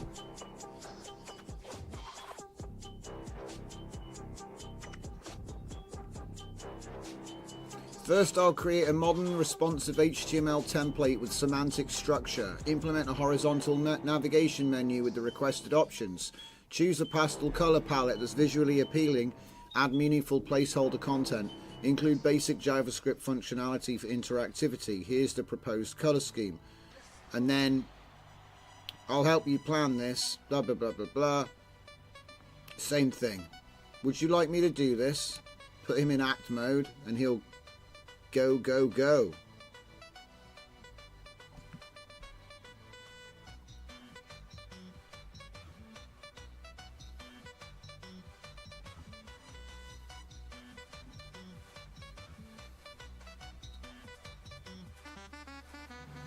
So let's see the house that Claude built.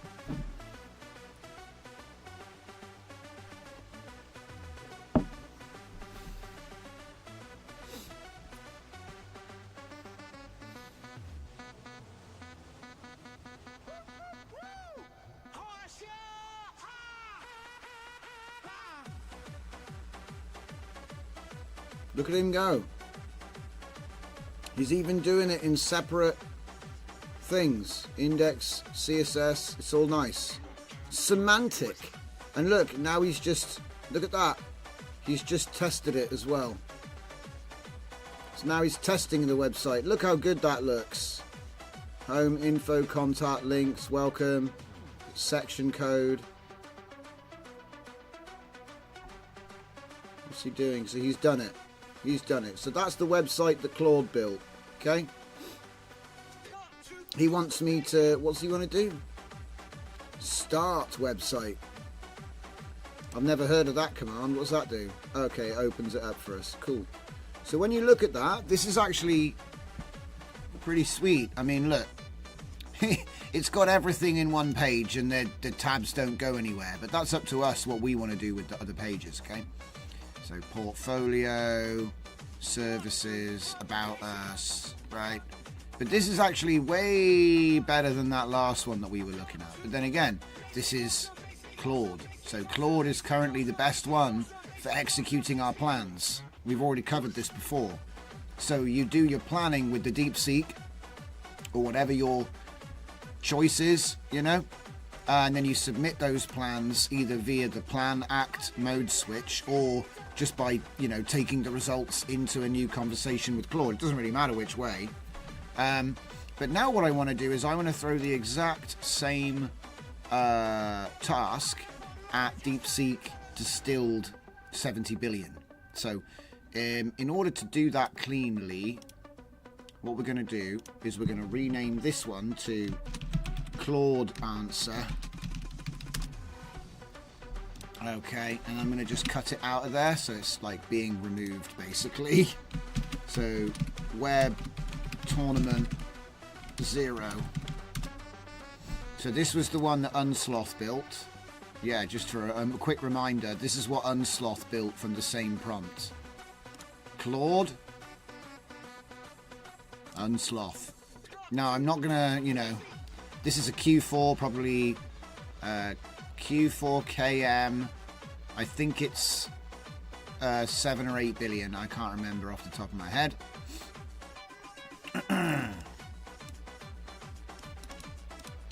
So we'll put that in there, right? So I think you can see what we're doing. So now I'm taking this prompt. Please help me with planning my project. Create a clean HTML template in HTML, CSS, JS.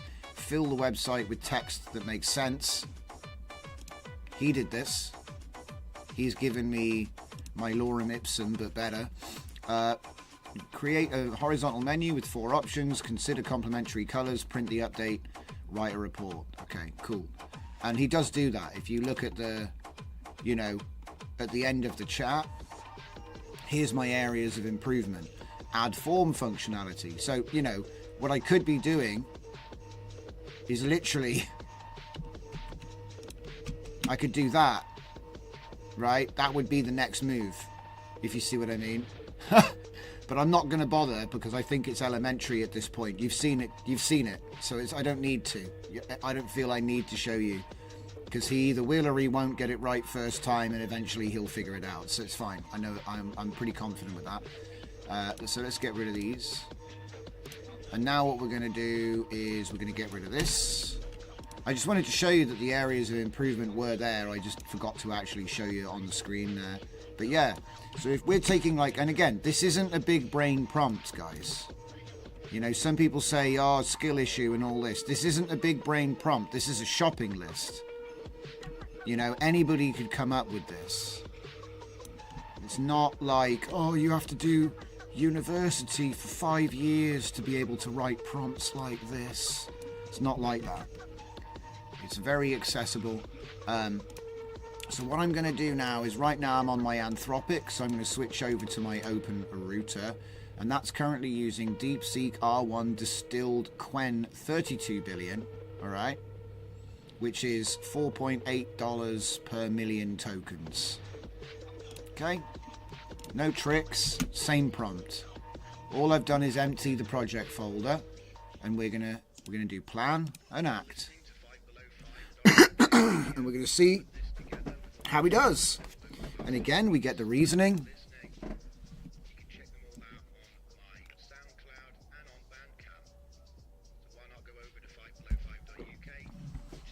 Look at him go. Yeah, that's fair. These are all good. So we say act and let him rip.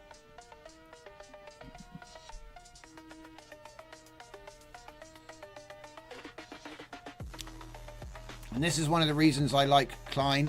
It has all the automation. So he's just created a new folder, gone into that folder, and then created the index file. And now he's going to open the file, and now he's going to start writing the code in it. So it's like literally, do you know what? I'm just going to make another cup of coffee. I'll be right back. I love it. It's just too good.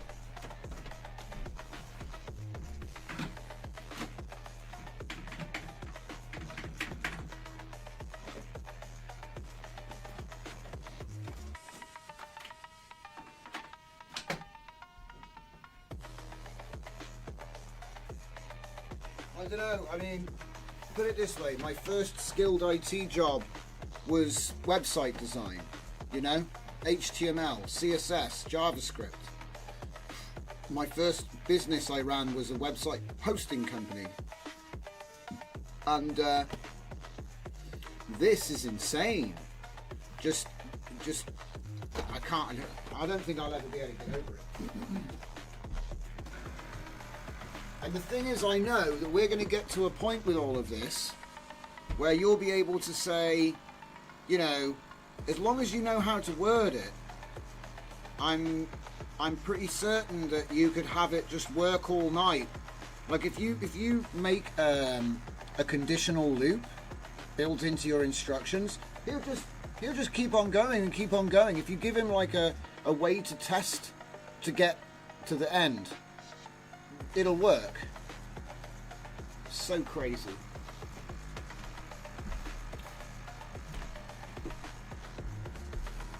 Is it still? Yeah, he's still going.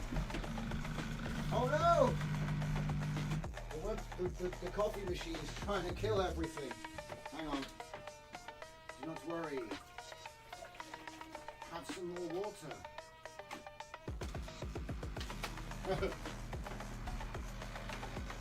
Oh, he wasn't happy about that at all.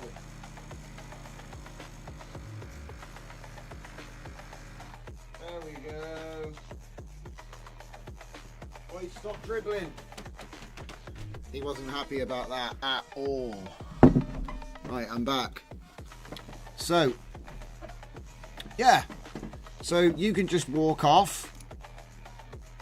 Ooh. Didn't he do well? And this is what everyone used. Right, so you know how everyone was like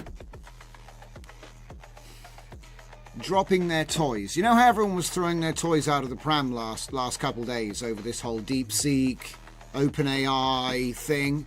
Okay, this is the best. If anybody wants to say, "Oh, what was that all about?" Well, the AI used to make a website like this. Okay. Yeah, AI. If you said AI, make me website, it used to do stuff like this, which is okay. It's you can start working with this. It's not bad. It runs. Do you know what I mean? It does run, right? But it's not good.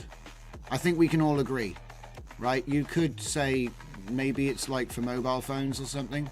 I don't know, but the point is, it's not good. It's basic. It's not good. If we use Claude, which is one of the, you know, more expensive AIs, we can get something like this, which is acceptable. This is acceptable. You could build a website off of this, and by adding bits and pieces, like the link's nice, the colors are nice. Do you know what I mean? Like, you could enhance it in 100 different ways, but my point is, this is a great starting point for a template. You could build something simple with this. Very, very easily, this would meet a customer or the needs of, you know, just basic needs, right? Home, info, contact, links. That's all you need. All right? So like a get you started website design, yeah? This is nice. Still a bit basic, if you ask me, if I'm being critical. But we literally we summoned it. We summoned it like a magic trick, okay? And it's a world away from this, which is, you know, people think about AI generated websites, they think about this, okay? So this was what you could do for free on your computer, and this was what you could do from paying, okay? And that was the world that everyone lived in. And then DeepSeek came out, and now you can do this, which again is it's better than this. It's not this. It's not this, but it is better than that. And the thing is, it's getting to the point where it's sort of like subjective whether this is better or worse than that. I think this is 100 times cleaner, but you might disagree because, you know, we're getting into subjective territory. Maybe you don't think things need to have like a rounded hover button. Like, as I'm a web designer, I know having rounded hover buttons is like a bit of a trick. It's kind of flashy, but most people don't care about that stuff. They're not web designers. So you might think, oh, this is nice and clean and I can see what I'm trying to get. It's nice and easy to read. Maybe. I don't know. But that's what we're looking at here. So this one was DeepSeek R1 Distill Quen 32, which is a mouthful, don't you think? So web tournament. I can't spell tournament for some reason.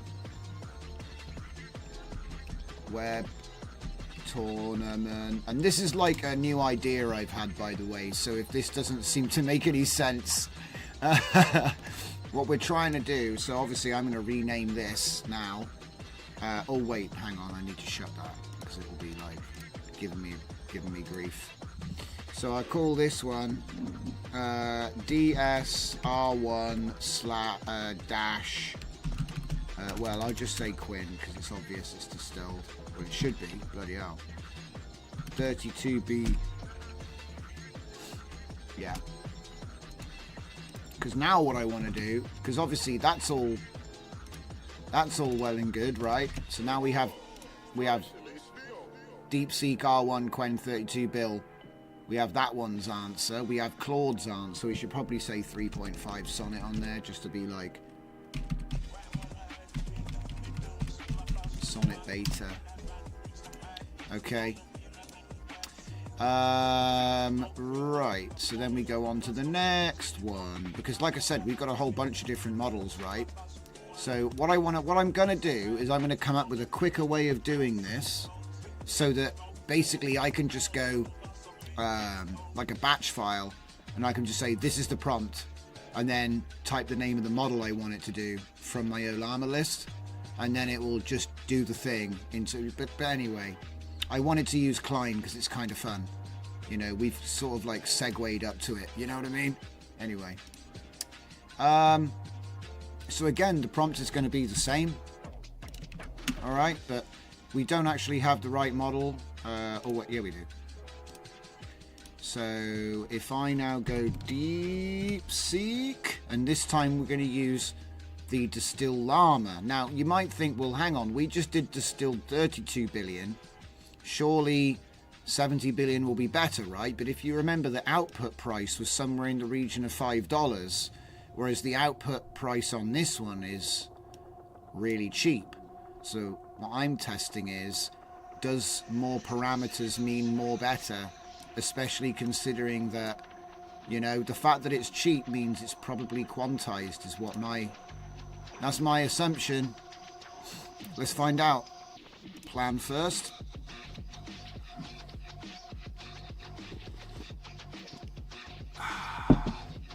Let's see if I've missed out any comments from you guys.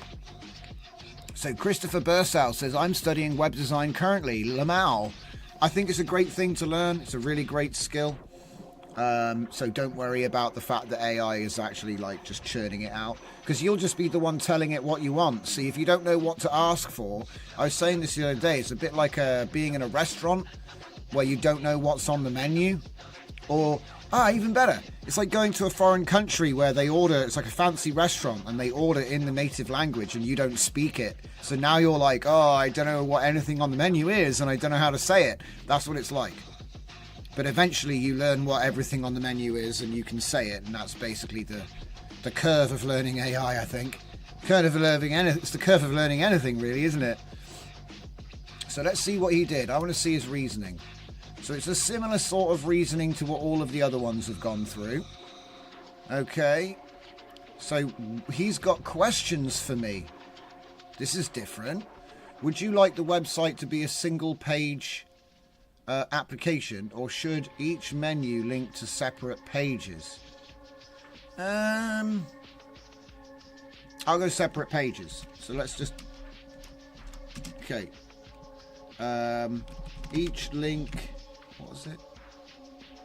Each menu item should... I don't want to mess around with all that weird stuff. I just want HTML files. Lots of HTML files. Should link to a separate... I'm not doing like, you know, dynamic website design or anything. Just flat file is fine. Separate pages. 2, for the color palette. Would you like me to suggest... I'll say yes. We can let him take the wheel on there, stuff like that. Would you like the mobile to be responsive, or is this desktop only? Please make it responsive, because everybody loves a responsive website, right?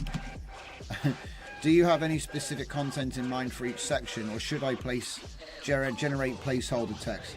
Generate. I like how he's sort of... Oh, about your steak. Do you want it medium rare? I like how he's kind of clarifying, which is nice. Wait a minute.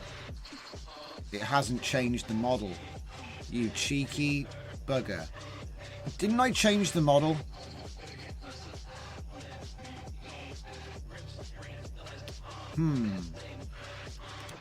You're supposed to be on 70 bill, sunshine. We're going to have to start again. We're going to have to start again, otherwise it's not a fair experiment.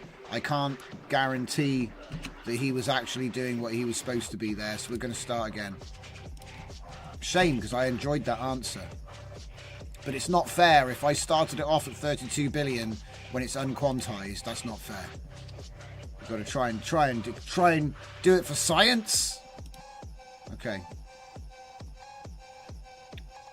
So just in case you've joined recently, what we're currently doing is we're having a little bit of a web design tournament. This is a bit of a like sort of, we're just messing around testing to see if this is like, I've had this idea for a while and wanted to do it for a while and we're just doing it. So, but we have Unsloth, we have Claude 3.5 Sonnet, and we have DeepSeek R1 Quen 32B. Maybe. Any minute now. Right on time. Right on cue. There he is. I think we got two of them in the end. Yeah, we got two of them in the end. Right. So, yeah, this one I think is a low quantization, to be fair, Unsloth. I mean, it's not bad. Well, it is kind of bad. But these, it's a bit unfair because these are like running in the cloud. And what we're going to do is we're going to start stepping it back down through the local models and find out what the best local model is. I say best, what the hell does it even mean? But yeah. So that's what we're doing. We are comparing. Nothing there. Oh yeah, right. So let's look at this. Wow, look at that. Whoa. Okay. Nice CSS. Hero section with welcoming text, brief description, contact links, hover effects. This guy's actually done much more work than the last one, so we'll let him go ahead. The reason I ask him to write a report with suggestions for areas of improvement isn't just to get a report at the end, but sometimes you're sneakily getting him to include that in the next step because it was in the conversation. So he'll reach for these sorts of things. Whether they work or not is by the by. And nothing to stop you from carving out the weird code. Okay.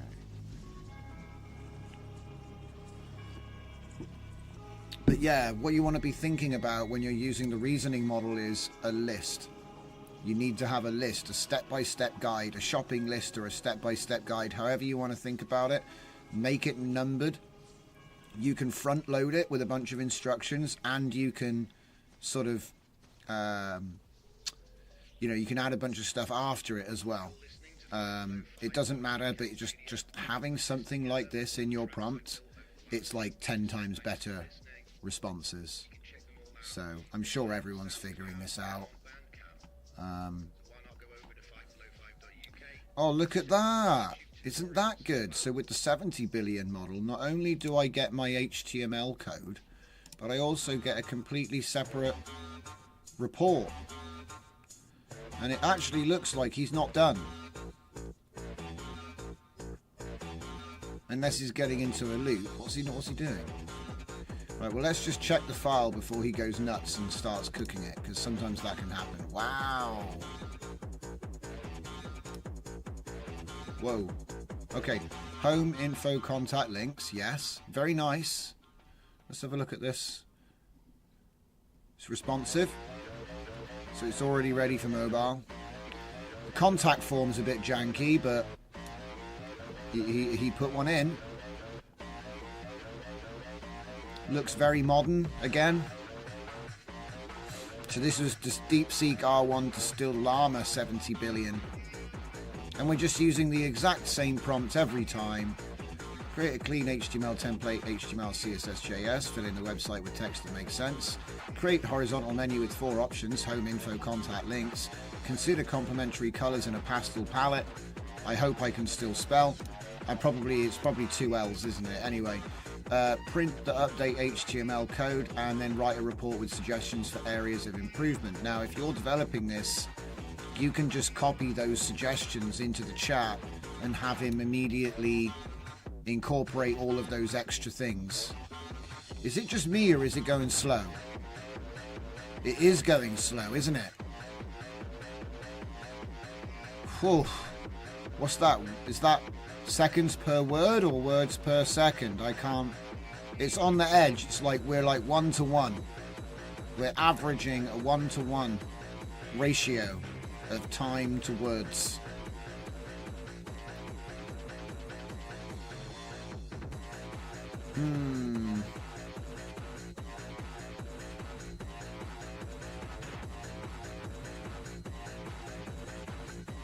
Come on, mate. Improvement. Come on, mate. Improvement. I know it's 3 syllables, but I believe in you. You can do it. Oh, he did it. Oh, God. Oh, no. Is it another big word? He gets stuck on big words. You know when they were saying, oh, I think he just thinks. Wait, no, wait. That wasn't a big word. It was a little word. All right, I'll take it back. I take it back. Maybe he really is thinking about it. So yeah, the website design looks good. I just think that he's not actually done yet. He isn't finished. He's probably going to go and change it. And I hope he doesn't break it, because this looks nice. Do you know what I'm going to do?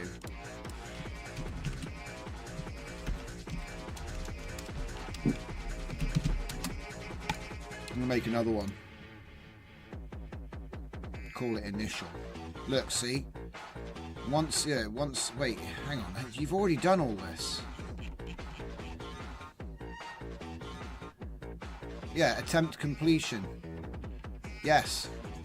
He's getting so stuck. I just want to make sure that he's not about to do a bunch of other stuff. But yeah, it's given us a report, look. And one thing you can, of course, do is you can change this a little bit and be like, suggestions for improvement, right? And delete all this and say, yeah, just send that into Claude with the HTML file and say, please implement this. It's kind of funny how you have to talk to him sometimes.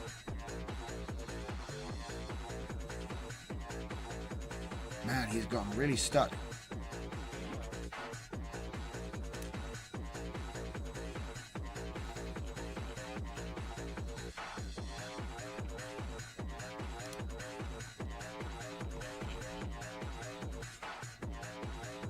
Still writing it out. Okay, so while he's messing around back here, I think what we're going to do is we're going to go back to one of my many... Oh, they're all gone? Okay. Alright, let's say... buy. And then get another guff. So, I reckon... we want to check this one out because it's 7 gigabytes and it's an 8 billion Q6KL quencoder, DeepSeek R1 quencoder. It came out today, so I think this one's going to be interesting. So I'm going to copy the name of that file, open up this model file. There we go. Change that, save it. You are a masterful assistant. You are a masterful developer. I'll just say you're a masterful coder. Because he is quencoder. So why not? Let's give it a blast. You can always change the system prompt. Alright, you don't have to bake them in like this. It's just something that I do. You don't need any of these parameters, really. The more I use this, the more I realise you only really needed this bit at the top, really. But you can do all kinds of other stuff, like templates and things. So, like, you know when we showed you here's R1 quencoder. This is the one that we're actually looking at, right? This is the one that we're looking at, yeah. There is actually something called prompt format. And the way that that's applied, which I don't think I've showed before, is instead of system, you'd have template. And again, you do the multi-line, put it in, I think you just put it in like that. But I'm not 100% on this because, well, there's like, there's different ways of writing it. Different models have different ways of writing it. So we'll give it a blast and see how we get on. Hopefully this should be good. Unless there's some rule and you can't have them both. I don't know. I don't know. So have we got a sneaky command line open somewhere? Yeah, we do. So this one is going to be called DSR1 quencoder. Whoa. Quencoder. DSR1 8B quencoder. And I think it's Q4. No, wrong. Q6KL. It's a nice and easy model number to the, you know, model name. Everyone will remember that. So. I'm just trying to make it a little bit shorter, but it seems like all I managed to save was eep eek. Ah well. But QCQ6KL would get confusing because there's something called QWQ and madness. But yeah, I do want to test this one up against the other ones that we've tried. And also now, of course, we're now starting to do local, right? Yeah. So obviously, how do we do the local stuff? Does it even work? Well, yeah, it does, but it's a bit ropey, right? So what I do is I go in here, I go down to Olama, and then you can see here's the one that we just made. DSR18B quencoder KE6. So I can close that. We've got it running, right? So obviously we've got to clean up Klein folder. So I'm going to take... Oh yeah, did it actually make a different file in the end? No, it didn't. I was just being paranoid. Okay, take that. New thing. Now this one was DSR1-70. Well, it was Quen 70B, wasn't it? Yeah. Okay. Put them in there. Take that out. Put it in the tournament results. It's more like a race, really. More like a championship. Okay, and then I'm going to need my prompt again. So now we're on a different model. We're on local mode now. Let's just close these. And go into plan mode.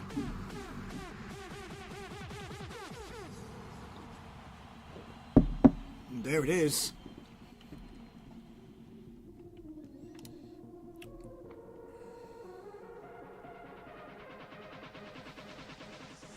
Wow, I think he's actually doing a pretty good job. Let's find out. Yeah, it looks good. Go into act mode.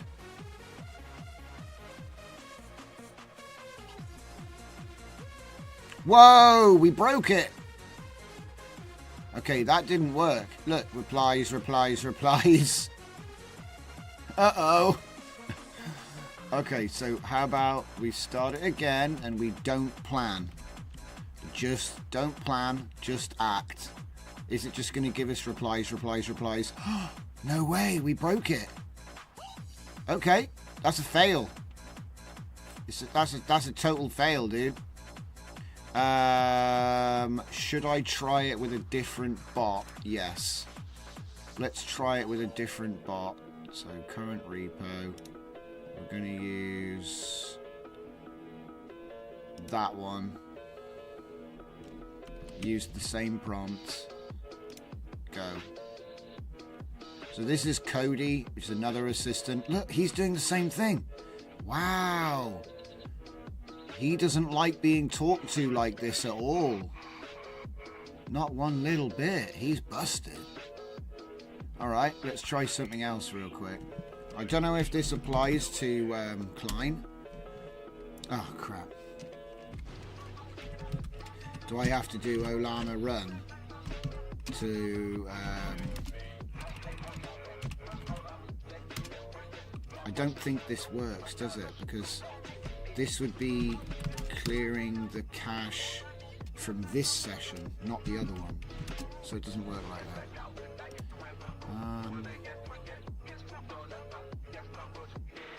Let's try it with root code. If we get the same thing here as well, then that just tells me...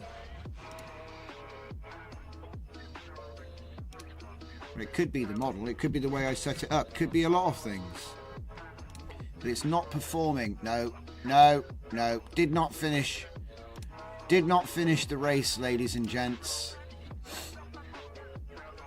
That's a real shame. Let me just see if I can get him to say anything but replies. So, Olama run. And then I'll just copy this because I'm not typing all that out. It's too much. Right. I'm going to just give it a this is like a test question that they all get asked in demos. What is the capital of France? What? I think this model might be busted. Oh, I know what it was. I know what it was. We put in that template from the model page, didn't we? I reckon there's some kind of compatibility problem with that template. Let's see if I'm right. So like I said, I'm still learning this myself. So if we go and look at the model file, something I don't normally do is the template, which is explained on their docs page. But for whatever reason, let's just see if it's that. So we'll want to Olama RM and the name of that one that we made, and then we'll make it again. Man, that's a long name, isn't it? I wish there was something we could do about that. I'll probably just end up calling them things and then have like a chart which explains what it actually is. Just call it like bluefish, and the next one green snake, and just make it up because it's shorter than all this nonsense. Keep like a ledger of what it means somewhere in a file on my GitHub. So you don't have to type all that out every time. Kind of annoying. But yeah, give me a minute. I think I might have shot myself in the foot showing the template stuff. Alright, we're good to go. So let's just pick Olama. And it's... Oh wait. Yeah, it's got the same name, hasn't it? So it shouldn't change anything. Alright, let's find out if it's busted, shall we? Oh crap, I hit the wrong button. I meant to write... I thought it said run. It said RM. Okay. I need to put my glasses on. RM and run.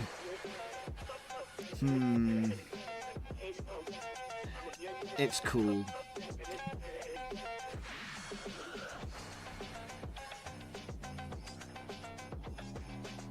Replies. That seems like a template formatting problem. There's no way it's that cooked. There's no way. This is going to be a skill issue. Right, so let's try run. this time. Man, that's so close to the same thing. And it's like the complete opposite. Run or remove.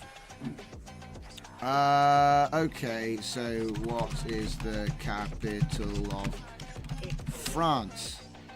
Oh no, it wasn't me. It's still busted. Well, maybe it's just that model, I guess. No, we will get rid of it. If all it does is say replies. So weird. It did actually save the file, didn't it? You start to doubt yourself because you're like, there's no way someone would bring out a model that just says think over and over again. Or replies.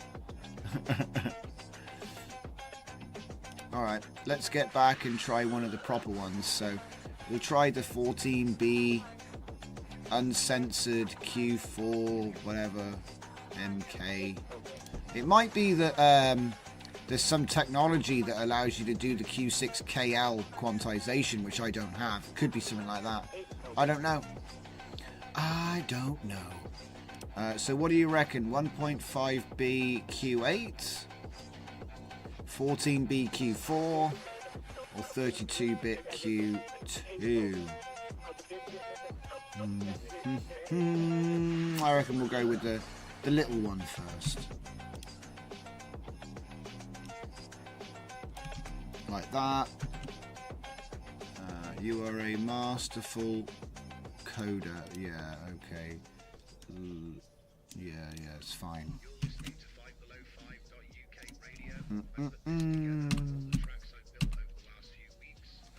And then we're gonna call it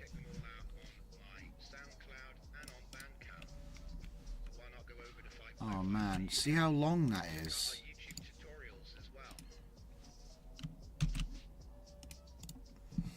Man, that's a lot.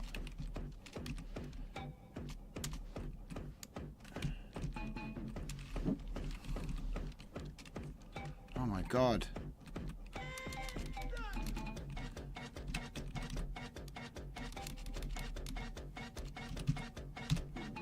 It's still really long. I mean, what are you going to do?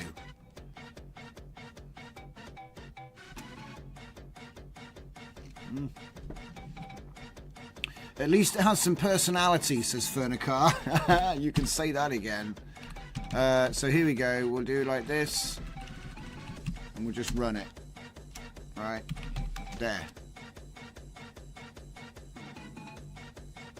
Okay. What's the capital of France? Ooh, okay, so uncensored means the think tags are busted. Let's see if we can, yeah, let's see if we can get him to do the work. So we will go to Olama and we will say, where is he? There, that's the one. DSR1 Quen 1.5 billion uncensored Q8. We're just going to go straight for ACT. Okay. I'm going to get my prompt, my magical prompt. And we'll start again. What? Uh-oh. 1.5. It changed. Isn't that funny? It changed. 1.5B UQ8.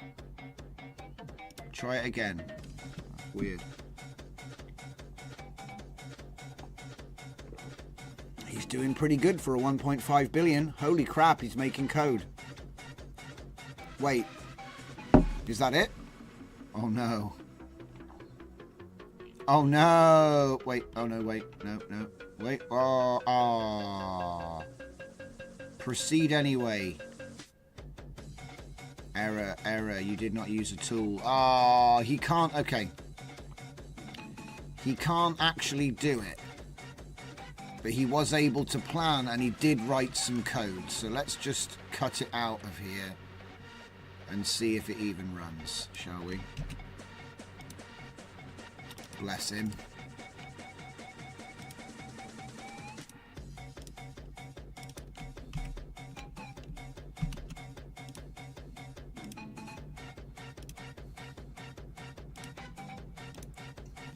while Notepad is busy crashing. Oh, come on. That's where.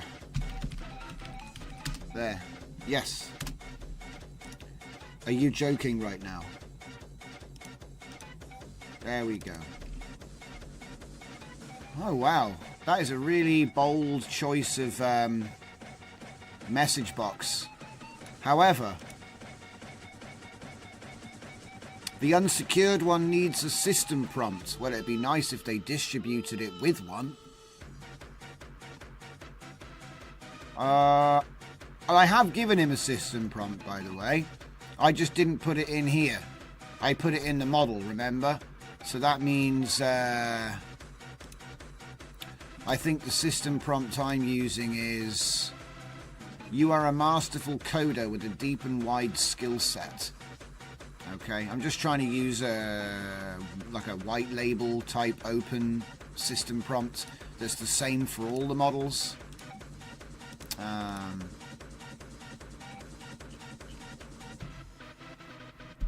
So he's done it though. He did do it. So this is 1.5 bil UQ8. He didn't actually make the file, but that's a feature of Klein, and it's not compatible with every model, especially when you're running Olama. So I'm not going to hold it against him, although it should have worked, right? It should have been able to write its own code. So that's a little bit of a penalization, I guess. But, yeah. So let's just make a folder to put it inside. This one is going to be a DSR1 Quen 15B 15B. See, it's like, you can't say that. See, it's so annoying. 1.5B, and then what's the other thing? UQ8. Good luck remembering what any of it means. Okay. Okay, cool. So let's just check where we're at. So we've done that one. So the next thing is to try this one out. I think this one should be interesting. The 14B. Where's that model file? There it is. Notepad, please. Like that. Save that. I'm trying to keep it the same. I hope I didn't change things too much. Fernicar says, you got a little deja vu at the Notepad rename. Perhaps DeepSeek thinks all your base are belong to us. It probably has already taken over and has already raided all my Bitcoin wallets. So, you know, just you should expect this sort of thing by now.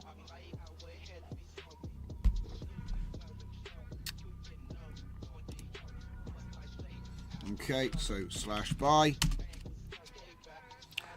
So that one was actually not bad. I'm not going to lie. It was not bad. I mean, look, you could probably say that about all of them, but oh my god, it's so much. It's just like, you know, because look, you know how these embed as radio buttons inside other apps? So it's like all of this. We can drop the distill. I need to know Quen. I could smash that up there. I could just make that a U. And then make it a little U. That's about as short as I can make it. I mean, you could say QW and just remember that QW means Quen. You can't say Q, because then you might think that was the quantization. I don't know. Maybe not. Right.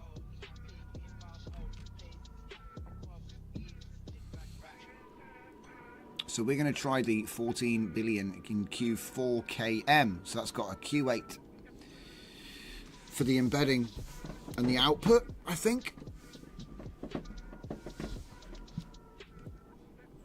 I can't remember what the deal with 32 billion uncensored Q2 was. I think it was just impressive that there was a 32 billion parameter model that was under 16 gigabytes. I think that was the deal.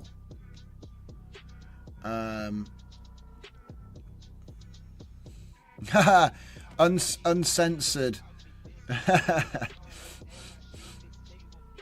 Full Dive Media says unsecured is probably meant for coding.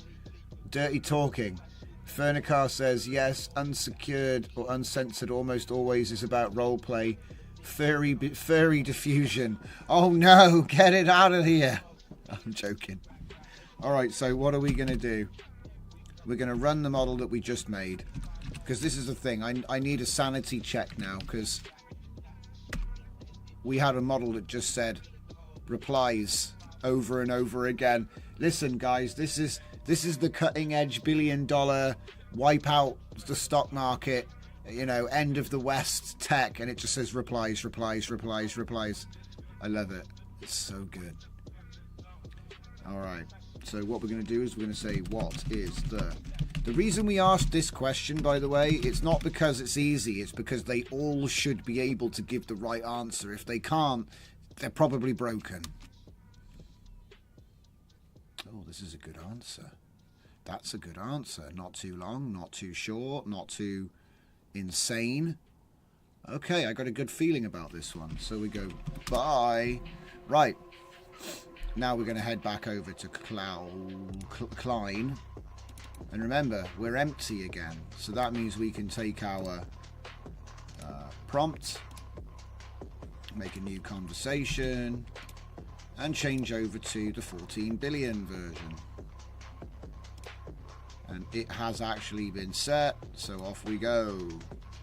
And by the end of this, what we end up with is we end up with a spread of websites which are labeled in the URL who made them.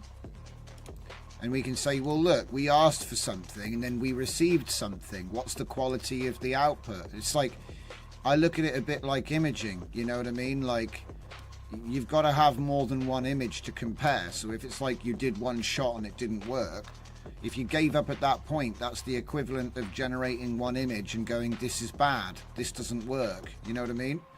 When everybody knows you could have been like generating hundreds, thousands, tens of thousands of images. And then, as we all know, some of them are good, some of them are bad.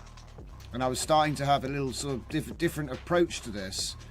When I started coding with AI, I was generating a software and then fixing the bugs, right?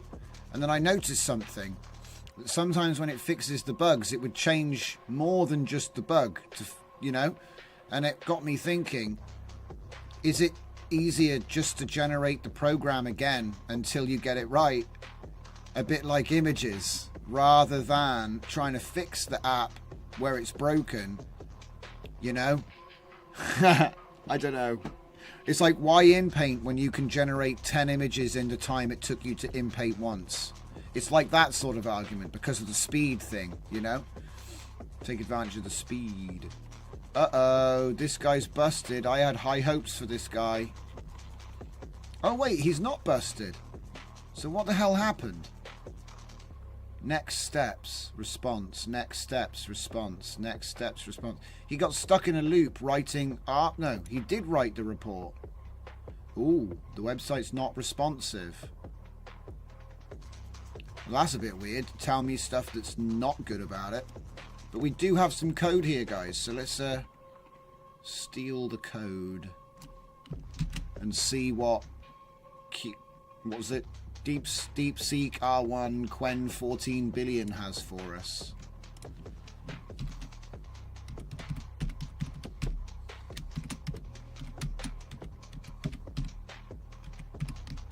(14B) uncensored quantization 4km. Yeah.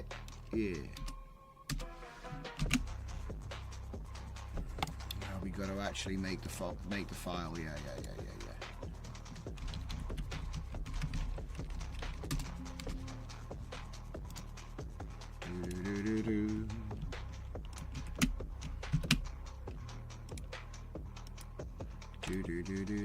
Here we go.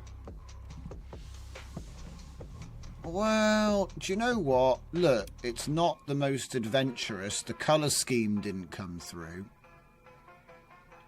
But considering this is running on a local machine, that's not bad. You can generate that website. You can generate it. So I know you could generate this one too. All right, it's not as nice as this. This is a lot more advanced. But this was Claude 3.5, I think. Did I? No, this was Claude 3.5. Have I forgotten to? Oh, I forgot to move. No. That's an old copy of it. Right. Web Tournament 0. There we go. So that was Quen 70 billion, this is the one I tend to use on API for cheap. 69 cents per million tokens output, which is ridiculously cheap. It should be like $15. It should be like $15 and it's 69 cents. Bit of meme magic going on there.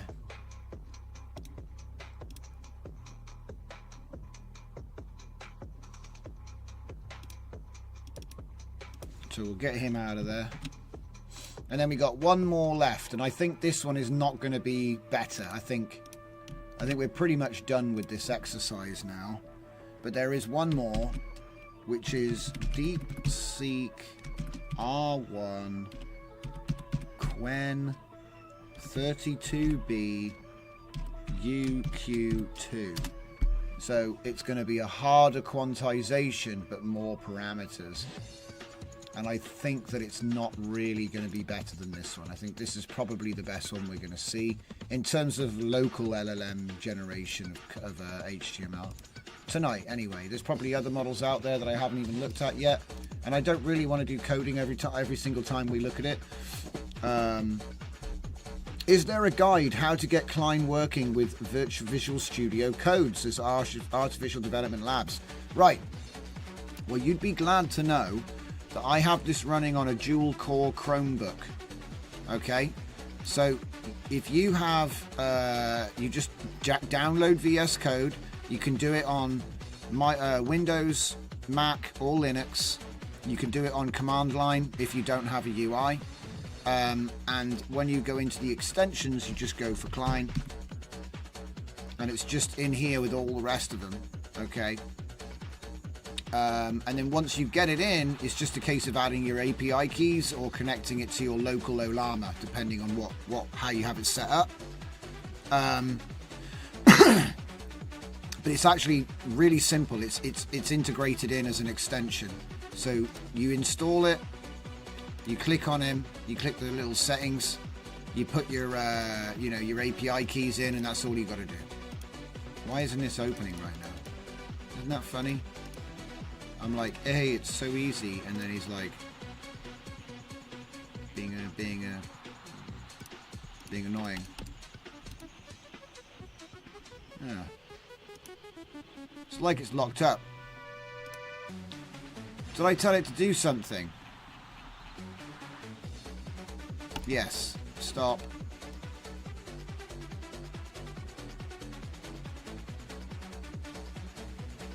Huh? Was it still looping?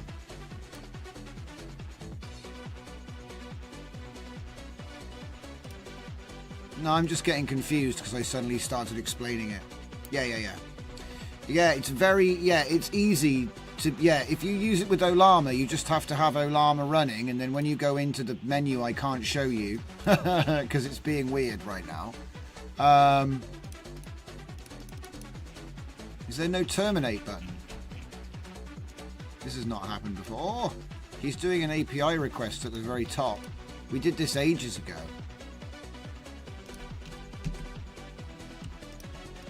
I can't click anywhere. Well, you know what I have to do, don't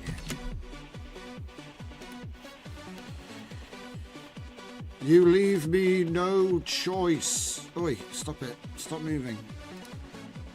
Hey! And the problem is solved. Okay.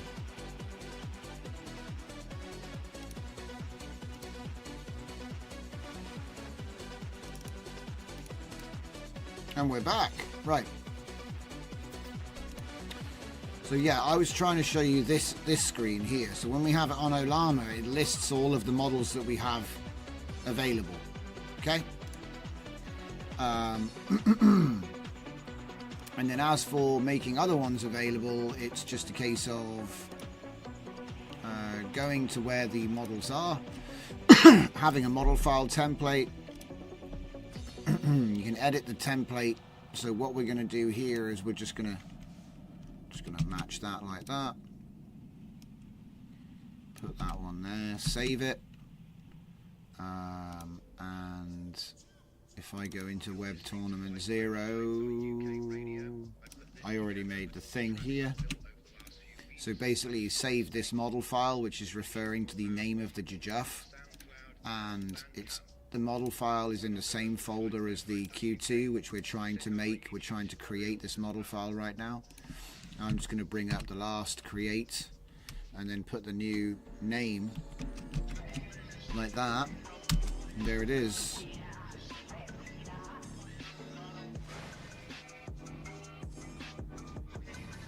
It'll transfer the model data across. I think this one was super cooked, wasn't it? It just says, it was just saying replies over and over again. There must be something about this model which I don't have compatibility for. I don't know what that is. I've never come across that before. But then I've never downloaded a Q6 either, so could be related. Don't know. But yeah, I do like RuCode. There's things that RuCode can do. Let me show you. So right now you've got mode-specific prompts. So when you have it in code mode, he says you're a highly skilled software engineer with extensive knowledge in many programming languages, frameworks, design patterns, best practices. Okay, and you can have additional behavioral stuff as well. And then in architect mode, you're a software architecture expert specializing in code bases, patterns, high-level technical guidance. Okay, and then finally in ask mode, you're a knowledgeable technical assistant. So it's like making sure that you're running in the right mode of operation, so you can pass things through stages. So you could be like, ask, you know, I've got an idea about this, and then architect, how could I make this into software, and then code, please write the software we're discussing.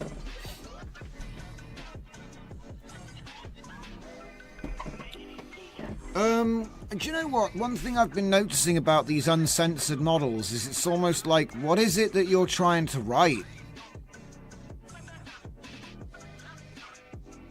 I don't know, maybe it's just like, from my point of view, it's sort of like a censorship is just a find replace job that takes 5 minutes.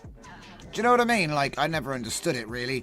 It's like, they can't stop you from typing, and there's not a lot of the stuff they don't want you to type, so you just type that bit and let the AI do the rest. And it's like, well, now it's completely pointless to try and censor things, but I know they'll try. You know?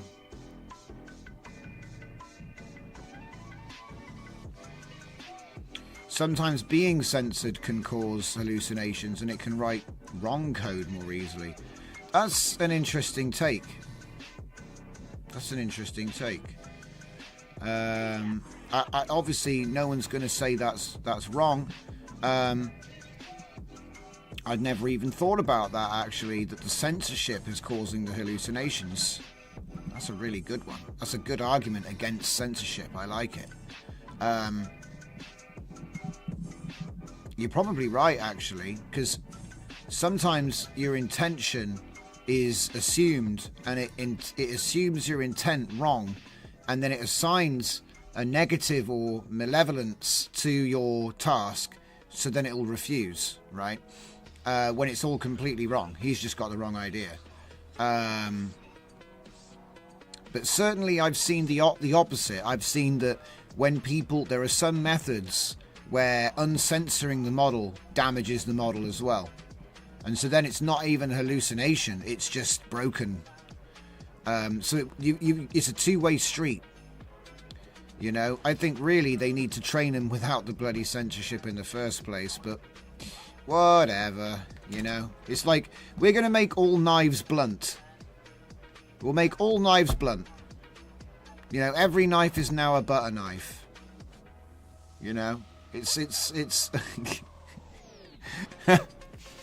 illegal to own a knife sharpener. Imagine that. 10 years for possession of a knife sharpener.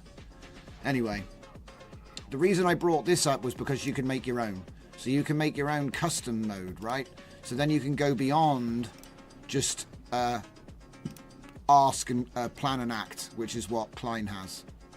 So that's one of the reasons I have RU code, is I sometimes create custom buttons and then delete them after I'm done. Right. So we should have the new model now. We've got deepseek R1 Quen 32. Cool. We've got it loaded. We're going to get our tournament prompt. And like I said, I'm going to work on coming up with lots of little games like this where we can put the models up against each other. And I did hear that even OpenAI has now got an API which is free for a certain number of requests per day or whatever. So that's perfect for this as well. So we can pull them into this. Because obviously I only need one prompt to do this. So let's see what Quen 32B can do. I'll be right back.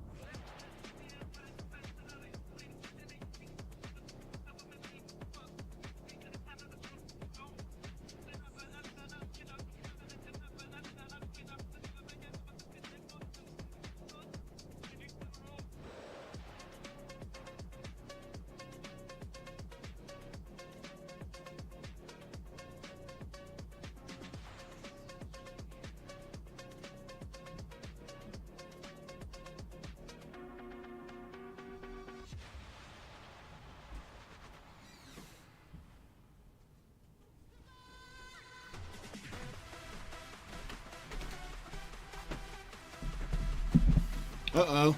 Is he broken already? Uh-oh. What? I've completed the task, he says. Did he actually write code? Yeah, he did. He wrote code. So what did he write? Whoa. Here's an example of what your code might look like. Yowza. That doesn't sound very good. New to text file, we go index.html.text. What? It didn't change it. Weird. Close that. Hey! It's got a horizontal menu. Listen, I'm just going to be real with you guys for a second, okay? The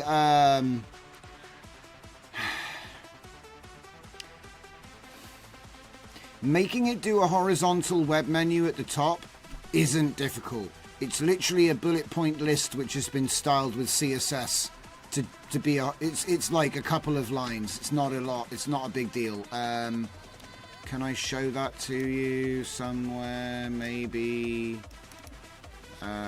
Okay, so see unordered list. Okay, and list. So you do it by styling the unordered list and the list and the A, which is link. Okay. Menu item, we've got a class. And then look, see this? Unordered list, and then it's a link with menu item. So it's literally just all, you know what I mean? The code that is here is a bullet point list with that. That's really what he's done here, which isn't, it's not bad, but it's super simple. So this is a 32 billion quantized to 2, whereas, hang on, I don't want to show you the wrong example and get you mixed up.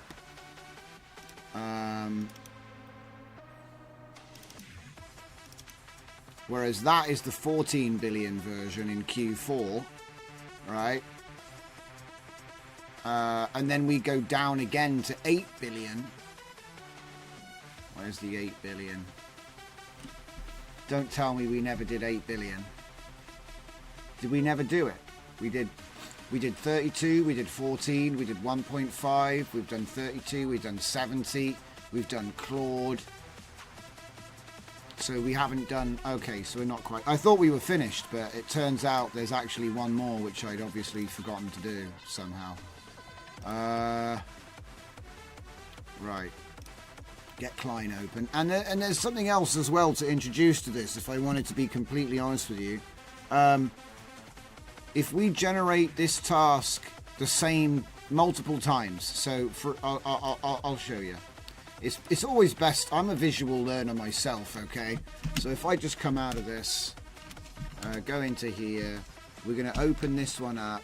Oh wait, we don't need to. I've already made it. So 32BQ2. I just haven't put the example in there. All right. So now we've got a bunch of these indexes that we're all we've got a bunch of website templates that were all built off the same 6-step prompt. All right. Do I not have an 8? Yeah, I had an 8 billion, but it was shite. So, okay, I think I need to go and find myself an 8 billion real quick. Let's find Olama. Olama. Okay. So let's get the 8 billion. We'll go view all. And let's see, the rest of them were Quen distilled. So we'll get... Is there an 8 billion Quen? Ah, here it is. 8 billion Quen. Should we go Q4 or Q8? I'll get the Q4. Wait, no.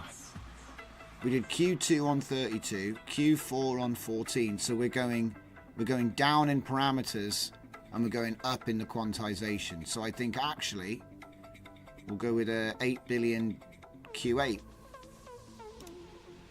Yes.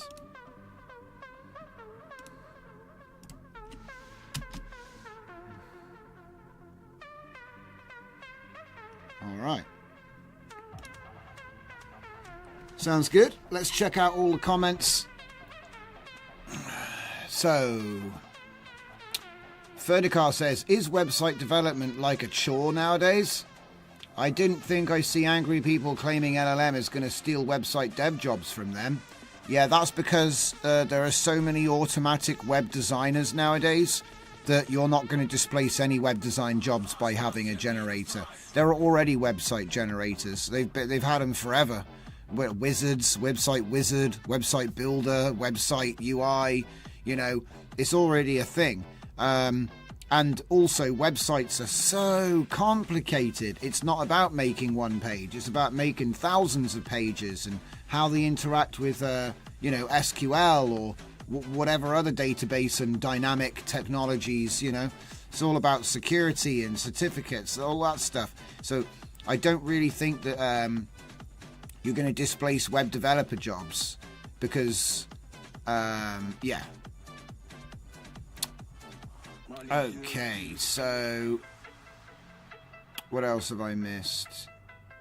Artificial Development Lab says, thank you. That's easy. We'll be using it with Olama. I just think you need to provide the API URL that Olama is running on your computer, and you can find either that in the app log or server. By default, Olama gives you 2048. So yeah, I have been. What I've been doing is I've been cooking it to either 32,000 or 131,000, but I forget the exact number. for the context window. But that's one of the reasons I'm not running a 20 gig model, even though I've got a 4090. I'm preferring to run the smaller models. I would say 14 billion or 8 billion with large context is probably the nicest, because I'm impatient. I don't want it to take longer than me to type. I could just type it myself, you know, if that makes sense. Artificial Development Lab said, I just saw there's an uncensored version of R1 on Olama, Aratan, DeepSeek, 32 billion uncensored. Sometimes, yeah, we talked about that. He says it can go both ways. So that was hallucinations being caused by the censorship in the model, which is interesting. Fernicar said, from the point of view of the dev team, I bet it hurts to censor a good model and publish it like that. It's true, yeah. Imagine that. You had like a certain score, and then you put the censorship layer in, and now you have a different score. Can't be fun. Artificial Development Lab says he must have hallucinated. Fernicar, the error is a reminder that Klein needs to inject the LLM conversation to force it to return a formatted answer. Artificial Development Lab says 31R1. Point of Google says, I'd just stick to the largest model you could run, so 32 billion or 14 billion with large context. Yeah, I agree. I echo that 100%. What we're actually doing is we're literally looking at like real world, like in the wild capability. We're not looking at theories. We're not looking at cherry picking. We're not looking at brute forcing the same script until it gets it right. We're not talking about a recursive or conditional loop that just keeps going until it's finished. We're literally talking about one shot, okay? And what I've done to try, now I appreciate you can't make it fair because they're different models, right? But in order to have some semblance of fairness, we're using parameter seed 8. We're using parameter context window 32,768. We're using the same system prompt. You are a masterful coder with a deep and wide skill set. And then we're using GGUF models, which we're importing and creating these model files. So we're trying to keep some things under control, right? I appreciate you can overwrite all that stuff, but it means that out of the box, when we pull the model in with Klein, because this is testing how they interface with Klein, right, for the one-shot capability. And it's actually quite interesting. We got some good results. What's it doing right now?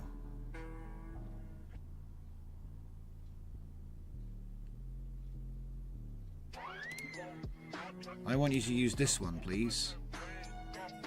Okay. Let's just set this up so that I can keep yapping. Put that there like that. The file's gone. Double check that the file is gone. The file's gone, and go. So we're using the same prompt every time. This is like a game.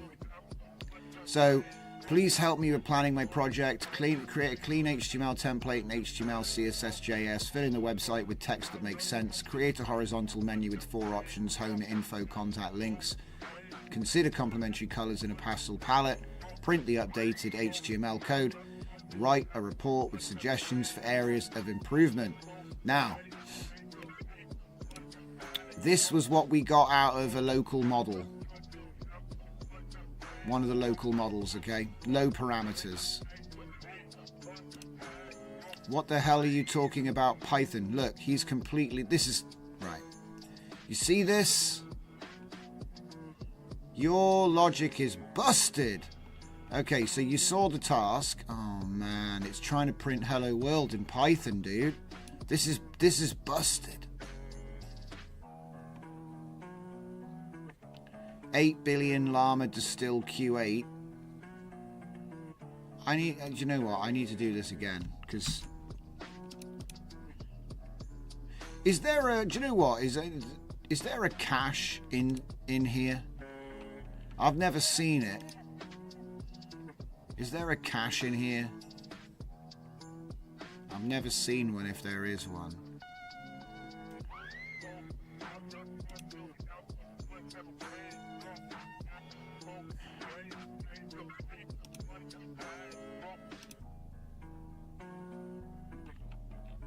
I don't see anything. I'm just going to assume that when it changes the model, maybe it changes it. I don't know. Anyway, let's try that one more time.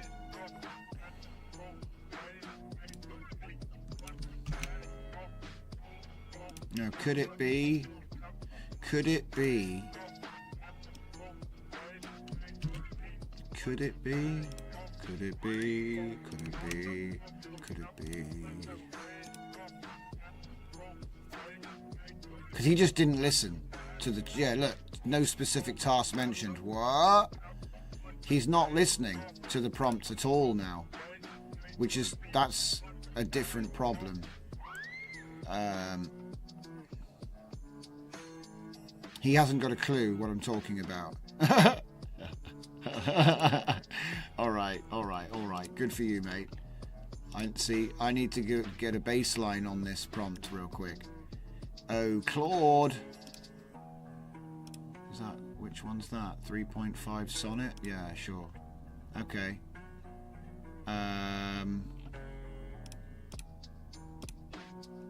So... Yeah, we'll have to start again. Because it's like it dirties it up. It dirties it up. Right. So if I ask Claude to do this... What? Okay, let's do it in plan mode then.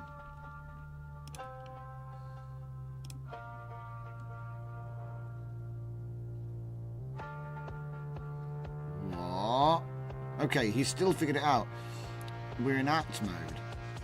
No files exist. Last interaction was switched to plan mode. Now he's in plan mode and he's writing code. What? Last interaction was switched to plan mode. Now we're in act mode. No, we're not. And as a matter of fact, we're running 8 billion quencoder now. What's going on here? Something's gone wrong. Can you add the model file example to the YouTube video description on GitHub? Yes, it'll go up on GitHub, Artificial. No problem. All of this stuff is going to go up into a new GitHub repo, which I'll be putting together tomorrow. But, in case you want it tonight, okay, if you come to the Ollama webpage, scroll down to the bottom and hit docs, you'll find the modelfile.md. And everything I'm showing you is documented here in more detail with even more explanations. Look, see? Here's a Mario blueprint. Right? You are Mario from Super Mario Bros. Okay? Here's a more advanced one, which has the template, which is something which I think I broke earlier. But maybe I didn't, because it turned out to be cooked after we fixed it. It's probably I didn't actually know to put these parameters in. But like I said, I'm learning at the same time. I just like to share everything I've learned with everybody else. And then it's a sort of a community experience, really, figuring all this out. There's how you load your LoRa, by the way. So it's all here in the modelfile.md, and you can find that on the GitHub for Ollama, which is linked in as docs at the bottom on every page of ollama.com. No, you don't. You don't have to do that. I just like to show what can be done. You don't have to put this system prompt in at all. As far as I know, you can have it be empty. Because the thing is that when you come into Klein, he actually has an override anyway. Yeah, so these instructions are added to the end of the system prompt send with every request, right? And so what I just showed you in the notepad, that's the system prompt. So you have, sorry, it's not an override, you append to it. I didn't want to mislead you there. So yeah, this goes at the end of the system prompt. Okay. All right. So we now have 8B Llama Distill Q8. I swear I just switched over to Claude to make this, and now it's back in Quencoder. I don't even know who made this now. Wait, what? Oh, sheesh. I didn't Okay, I've just learned something new.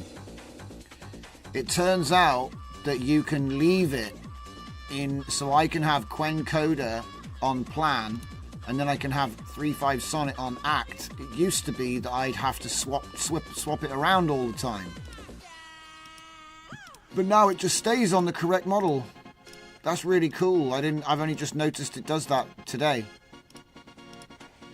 So, you know, it's planning with Olama and it's acting with Anthropic, and I don't have to keep going in and changing the API, because we used to have to keep on going in and changing it. But now I guess it just remembers what you want to use. So that is really interesting, actually. So he planned one way and then he acted the other way. So that makes sense now. Because I was like, why are you acting with a different thing? And it's because he remembers what it was last set to. Alright, well, let's see what website it made anyway.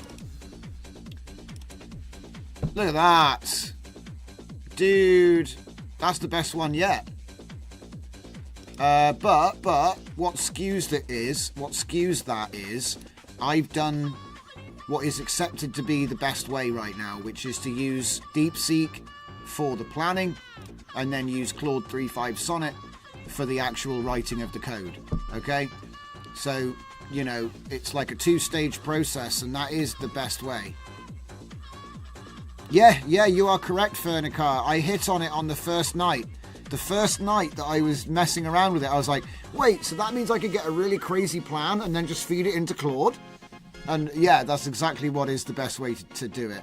The question is, it seems, because some people say the quantizations don't matter. They do. It gets to a point where it's diminishing returns, you know? You get to a point where the quantization does make it worse, okay? So it depends how hard the quantization was. I think Q4 is fine, okay? Q4 is fine. So don't try to get Q8. So I would say don't try to get Q8 and fit. Do you see what I mean? Don't think, oh, Q8 more quality. Mate, it started out at hundreds of gigabytes. The fact that you're even able to run it at all, it's been distilled, you know? So it might have been a 400 billion model. It's been distilled down to 32 from that. And then it's been quantized from there on top. So it's kind of like, I don't know. Personally, I don't go with the model that fits. So let me just show you what I mean here.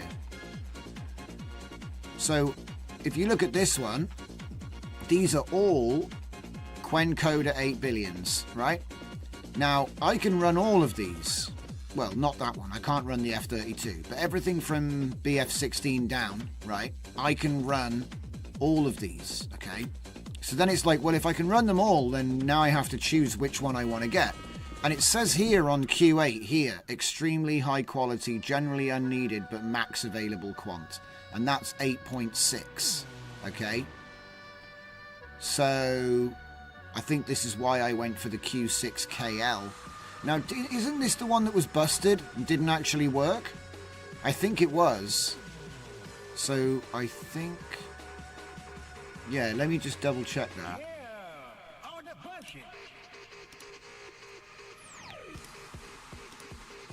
Bartowski, Herai Hench, Quencoder 8 billion.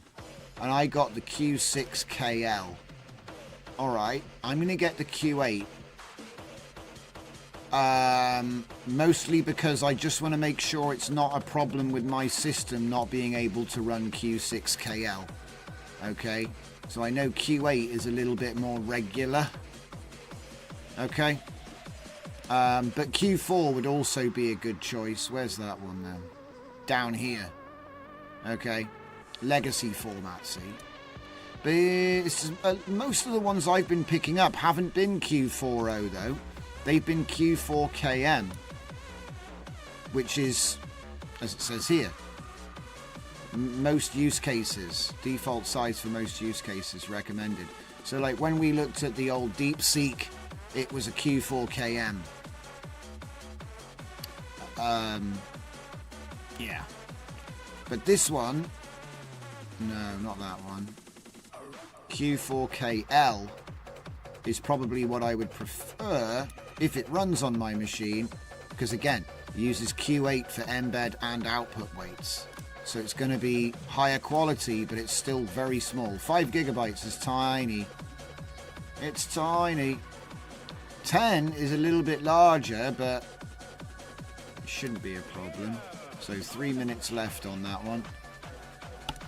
But yeah, I'm just trying to, do you know what it's like? It's like going into like a shop and having to like actually hold something and feel which one you want is going to be best for your use case. Because like I said, I could run all of these, but the reason I'm evaluating it in this way is because it's like, it doesn't, the number of parameters in the quantization tells you nothing, okay? So like this I made with Claude. This is a really nice clean template. And you could build a website off of this very easily, right? Same with this one though. This is still serviceable. You got round edges. Like I said, it's a clean template, all right? I can't remember what we made this one with. I've just got it in Klein. I think that's actually a shadow. So yeah, let's go into the web tournament. In fact, let's just close all of these so we can like, because we've got a lot of people come and go while we've been doing it. So if I go into, right, so 1.5, that was a 1.5. Look, it's not amazing, but it's not bad. If you just wanted to generate websites, this, oh wow, look at that. You can't read it anymore when you click on it. That's cool. So we've got no result from 8 billion right now, which is what I'm trying to solve. That's why we're still here.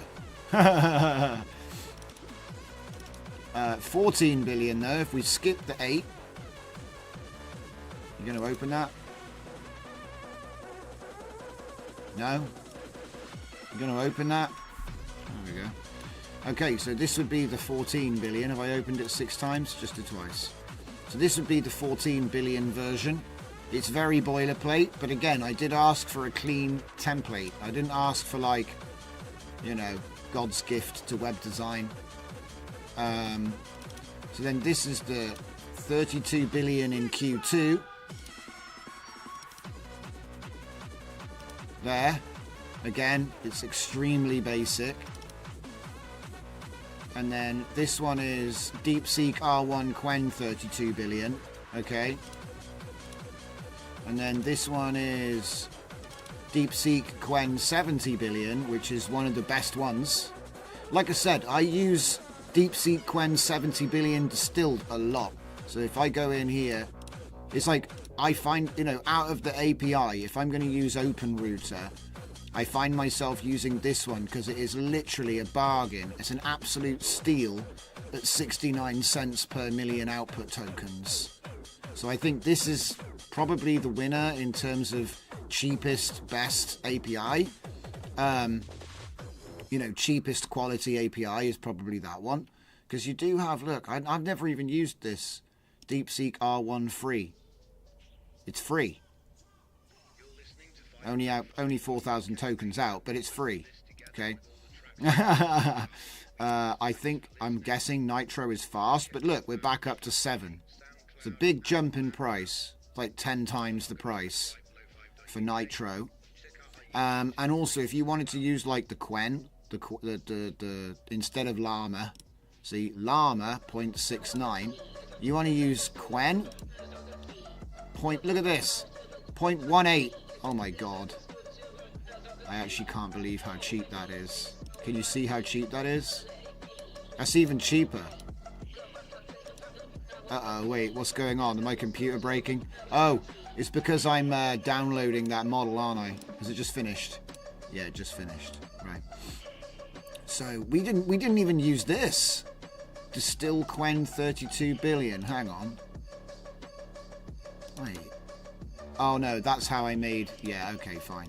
That's how I made that one. But like I said, that's cheap.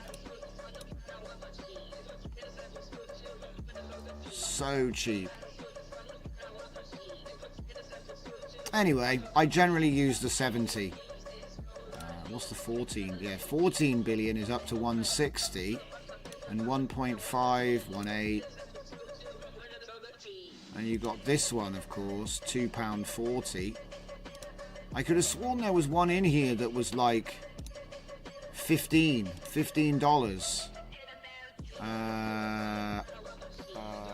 But I don't seem to be able to find it right now. Unless they changed the prices. I don't know. Okay, so, hang on, more differences. So this has a max output of 8,000 tokens, whereas I don't see a max output on this one, so... I don't know. I don't know!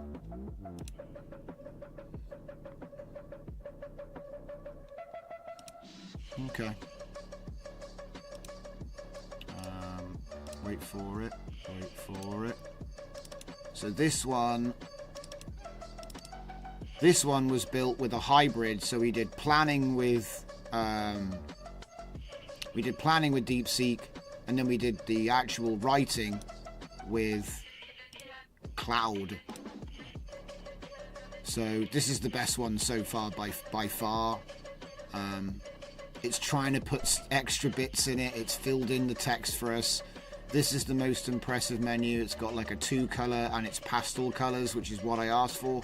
You see what I mean? It's hitting all the notes, right? So I'll change this one to deepseek R1 plus Claude Sonnet 3.5. Oh no! There's an error. So this is currently the best one. And again, I kind of already knew it. But the thing is, it's like, it's nice to be able to visually see the difference. You know, because like, look, you quantized too much. That's way too quantized. Even the output's quantized, right? When it is capable of doing, I mean, that's a complete website template. And the fact is, it was prompted with, you know, the most simple prompt, because you could spend a lot longer wording your order, yeah, because it's all like ordering at a restaurant, you know. So you make your order, and the funny thing is with AI is that if you make the perfect order, you'll get the perfect meal. If you make a mistake on your order or leave something out, then, you know, you kind of get what you asked for, really. Imagine that, AI, you get what you asked for. Anyway, it's like a slogan. Let's check these comments real quick. Bumbidibidly. So you need to add a manual prompt in the model file. No. Abdullah Astro, what do you do exactly? Hello, Abdullah. Welcome to the stream. Artificial, what do I do exactly? I don't know if you're asking me or if you're saying that as a turn of expression. Okay, so let's have a look.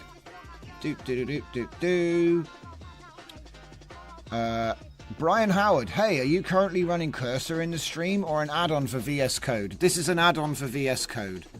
We are running VS Code 1.96.2 and we're running Klein. We're also sometimes using Kodi, we're sometimes using Align, we're sometimes using Rue Code, but mostly it's Klein. What we've done tonight is, because I like to do things in real terms, so what we've done is we've used the same prompt against a whole bunch of different LLMs. The prompt is, create me a clean template, HTML, CSS, JS, fill in the website with text, make a horizontal menu, home, info, contact links, complementary colors in pastel, print the updated HTML, and write a report with suggestions so that we can, you know, take this on and develop it further, right? That's pretty much what I'm doing. I'm developing in an empty folder, so I'm having him figure it out. I'm like, you've got to do it all, mush, you know? And essentially what we're doing is we're just changing the API every time. So, I mean, I haven't tried this yet, okay? So, do we even have Tula? Tulu? What's it called? Tulu 3. Is there a Tulu 3? If there is one, I can't get to it. No, there's just Quen Plus, Quen Turbo. What about Quen 2.5? We got Quen 2.5? We do have Quen 2.5. So what? Oh, Quen Max. Uh-oh. We found another candidate, ladies and gents. So he's going to get this treatment. We need to get an entry. This is like a little game. Okay? It's a little game where all of these AIs get to try out our simple task, right? I'm just going to go straight for act. Because all it has to do is make a website template. It's a very, very simple thing. And so by giving them all... Uh-oh. Are we not allowed? Do we not have permission to use Quen Max?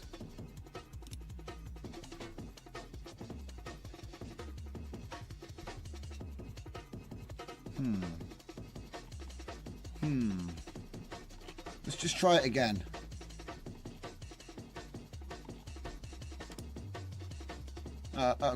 Okay, so the first time it failed, but the second time he's going for it, guys. Look at that. He's already thick into HTML mode. So this is actually cool. This is actually really good.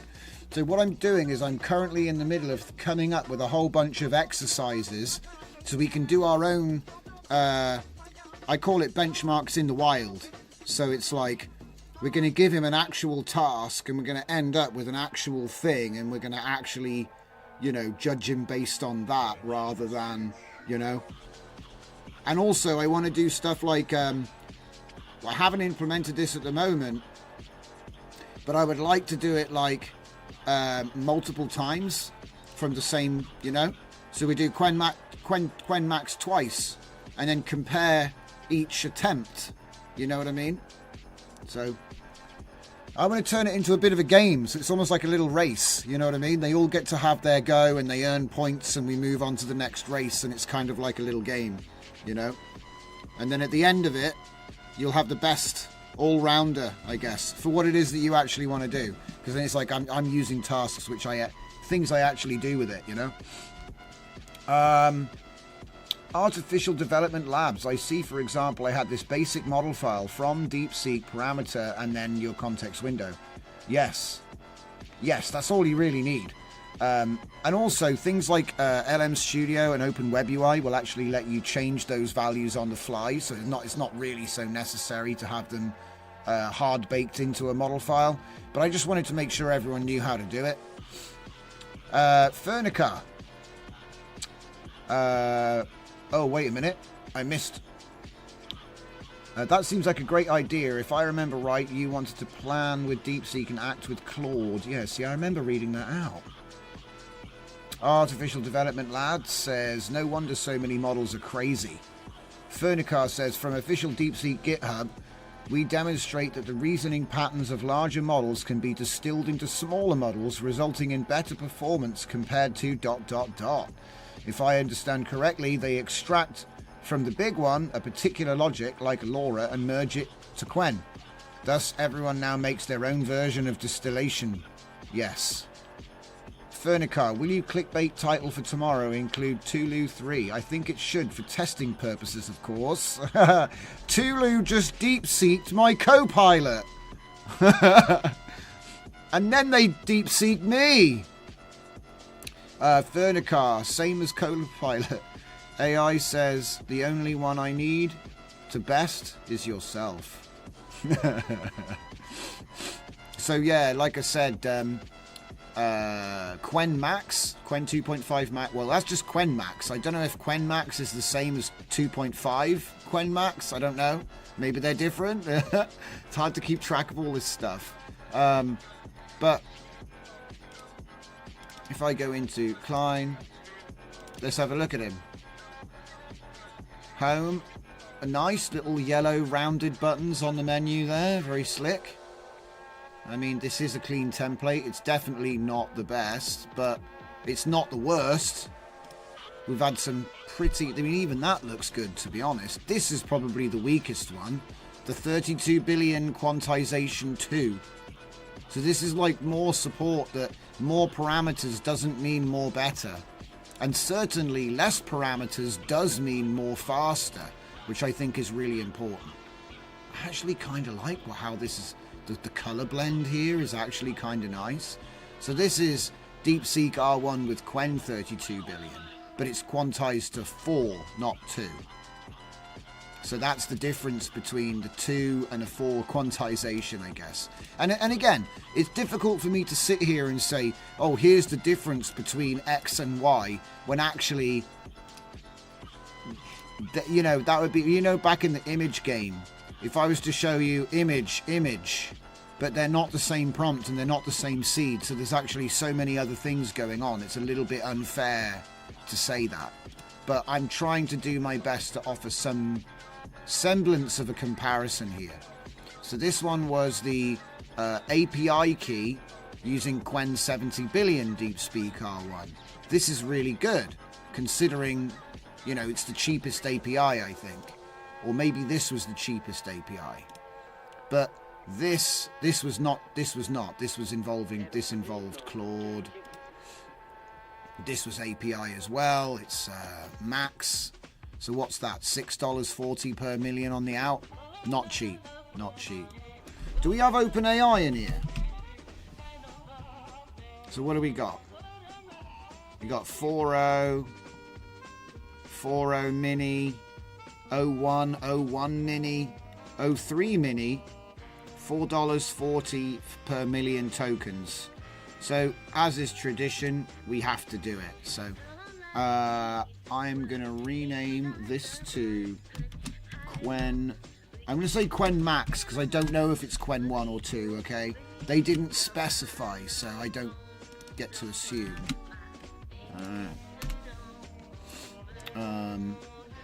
I do feel like I've forgotten something.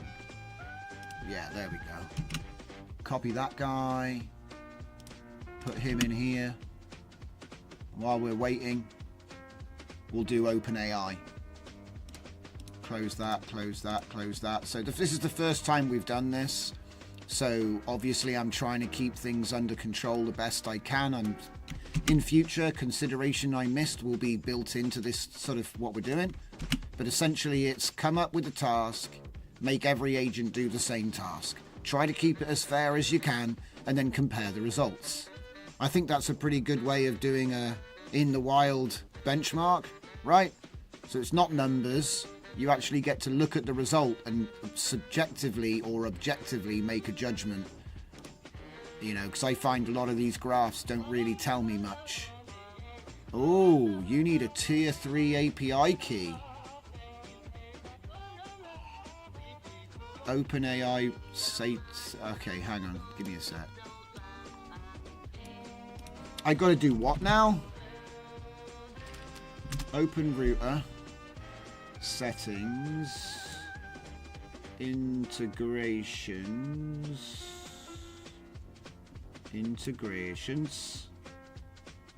Okay. Use your own of API key. Oh, okay. So you can't use this key as a fallback. Somebody in the chat can tell me why this doesn't work. But I think it's that they don't let you do this with OpenRouter yet. You have to get one of their API keys and pay them direct. So, I'm just guessing. So let's see, which is the next one? I'm just looking. Yeah, it looks like... Well, hang on. GPT 4.0. Well, it said, hang on, what did it say? Did it say I could use something else? Like 0.1 mini instead? I'll try that. It's, you know, it's like I'm willing to pay for it. It's not like I'm trying to get it for free here. Okay, so 0.1.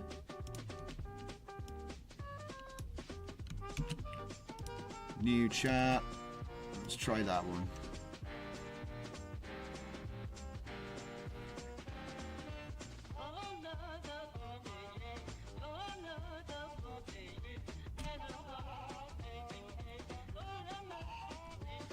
What?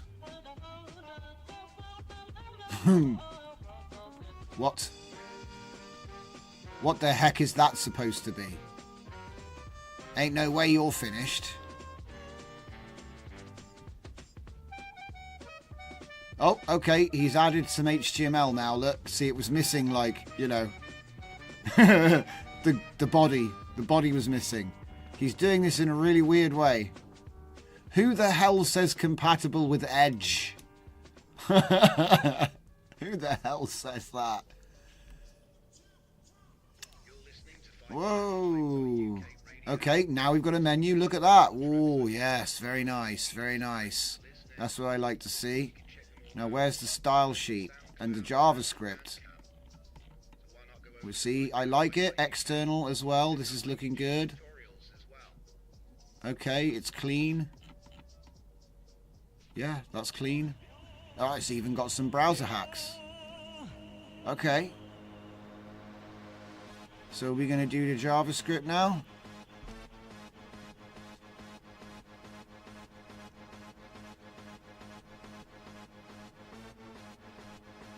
Any minute now.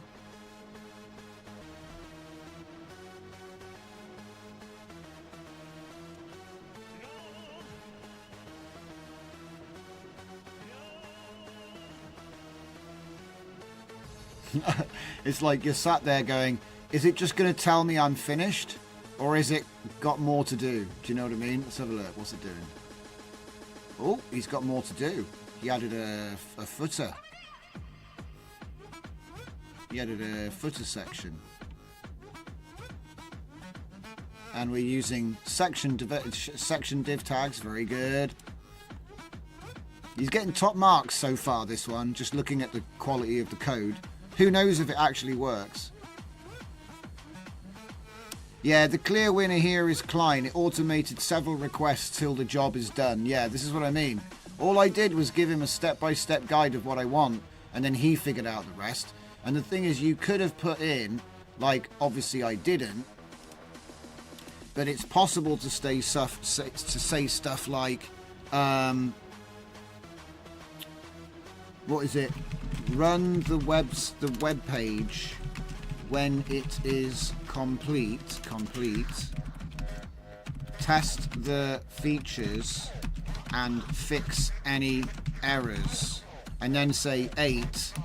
The task is complete when there are no errors in testing. Now, obviously with a web page, this might be quite not as obvious, but if it was run the Python script, you know, when it is complete, test the features and fix any errors. The task is complete when there are no errors. So this could go on. This could go on until the heat death of the universe. There's no end. You know what I mean? So just by adding something along these lines to the end of your prompt, you can have him just go for it. He'll be making files, folders, all these different things. It does occasionally stop, like here. Look, it stopped to ask me if I want to open, and I do want to see what he's done. Probably should have said start, but that's okay. Hang on a minute. I'll do it myself. Right. Whoa, why are we over here? Okay, so there it is. That's the website that 01 Mini built. That over here is garbage. That's garbage. However, the menu, center align, the color, he did listen to what I asked him to do. Okay, so I can't be too critical, right? So open it up. 01 Mini. And he did give me a nice report at the end as well, look. And so here's the fun part, right? Hang on. I shouldn't have gotten rid of it. Hang on. Let me just put it back. But I've actually taken it out. So there's the result of the test. So I'll put that away into storage. Okay. And then we'll go back. Whoa.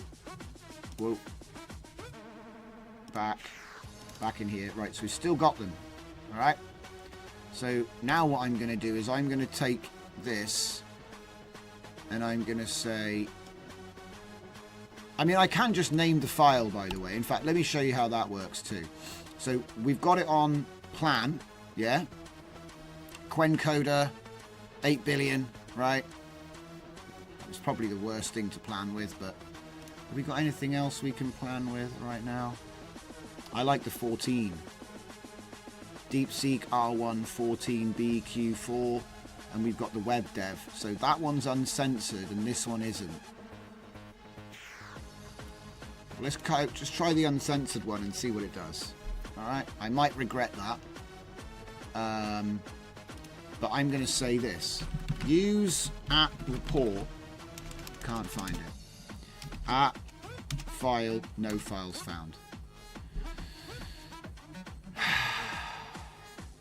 It can't find a file which is currently open and in the root folder of the project. Yeah, I've had this problem before. So you should be able to at files here. No files. It might be because I keep on removing things all the time. You know, like copying them in, copying them back. I can't find it. Alright, fine. That's alright. I'll just copy the entire thing in. Yeah. So I'm going to say, please use my... please use the contents of this, what's it? This report to improve my index.html.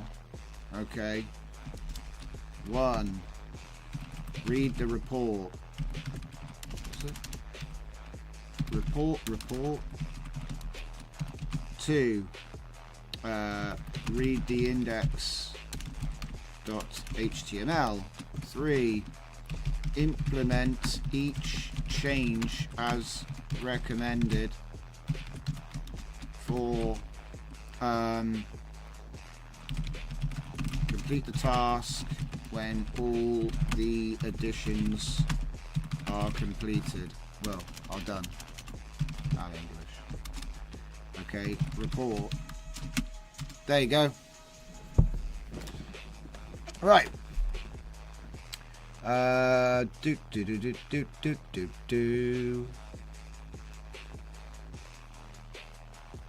Fernicar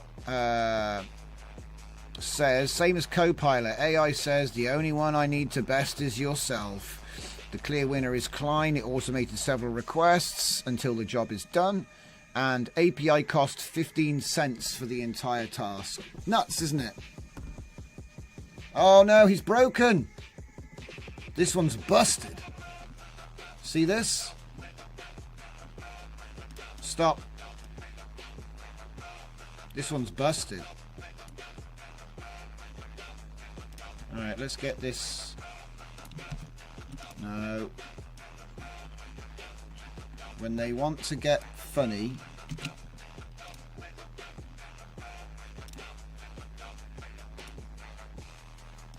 No, not open router.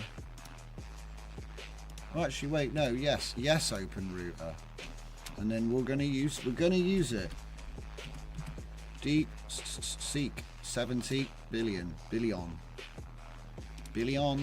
right? So then we've got 01 mini there, no thanks. We'll have Claude back.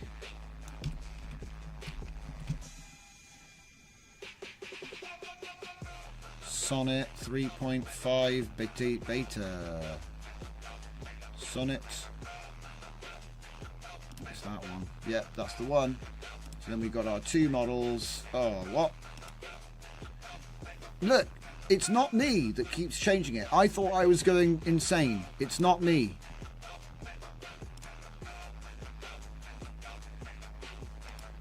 I just changed it. Right, so put this back to, whoops, Claude dash 3.5 Sonnet beta, and yes, it can be a nightmare. Okay, Sonnet, yeah, done. So that's that one. And then we go to this side. This should be...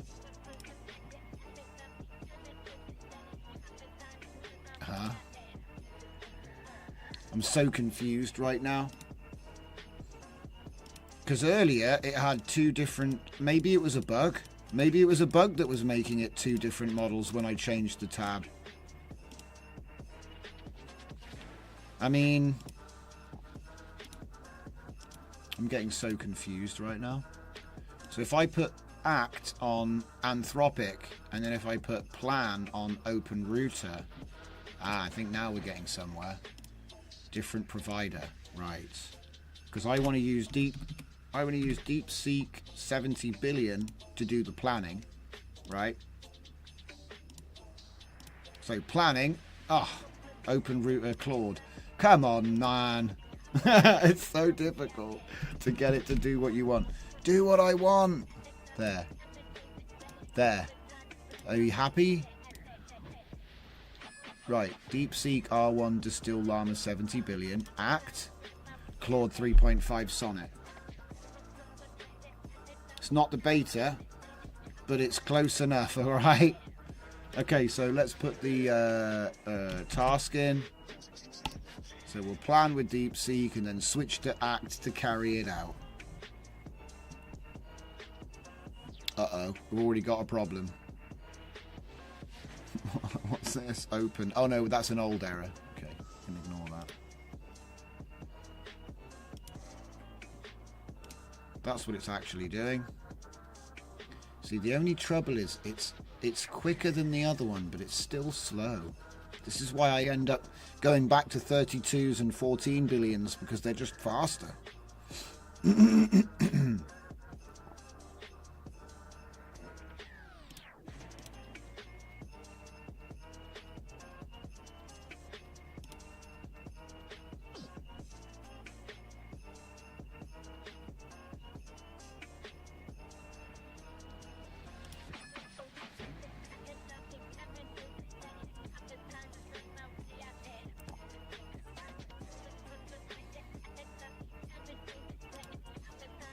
And off he goes, chugging away. So then, soon we've got a whole bunch of new features coming up. Probably going to look at them tomorrow. I also want to do like an evaluation. It won't just be web code, you know. We'll make him write some Python, make him write some Java, that kind of thing, something different. And I'm not trying to replace benchmarks here. It's just literally because I'm like, I want to get a grasp on the difference. And I think the only way to get the grasp on the difference is to put in the hours and get the experience in. But I think that, you know, this is definitely the move, right? He's still thinking about it. I love it. I'll present this plan and say if you want to proceed. And if they agree, I'll switch to act mode and start doing it.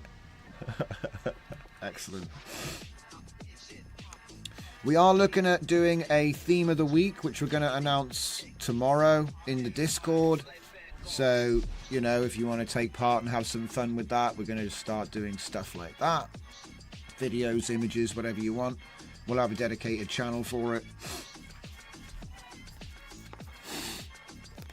Yes, Tulu is from the Allen Institute out in Australia. They're the guys that made the 72 billion parameter model that performed on the same level as GPT-4, which is a trillion parameter model.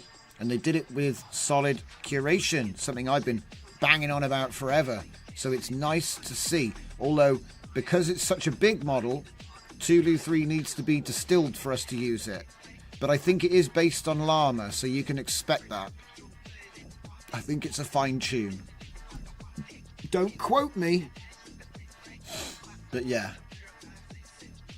I'm just going to see if this guy is going to actually...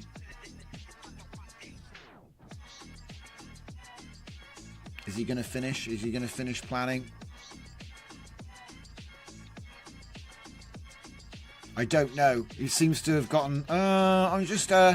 he's just watching the butterflies go by right now. This is another reason why I like the 14 billions, because they do actually stop if you watch them. If you slow down, say if you record 14B and 8B writing, if you slow it down, they do actually stop, just like this one does. But you don't notice it because they're, you know, that much faster. Please let me read the report. Oh no, he hasn't even read the report yet. Okay, this is going to take a while. Oh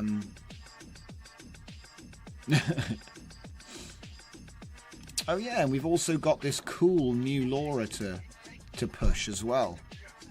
So that should be fun. I do want to retrain it with video clips rather than still images though. But this is solid. It actually looks really good. It's actually, somehow it's managed to learn some of the camera movement, which is nuts, because I only trained it on 48 images, which is like a small data set even for a LoRa image model, and we've got a video model out of it.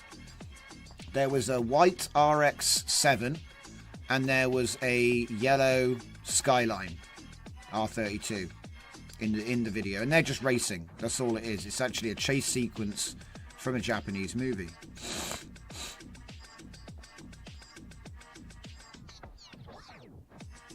I'll make another one. These things came out real nice.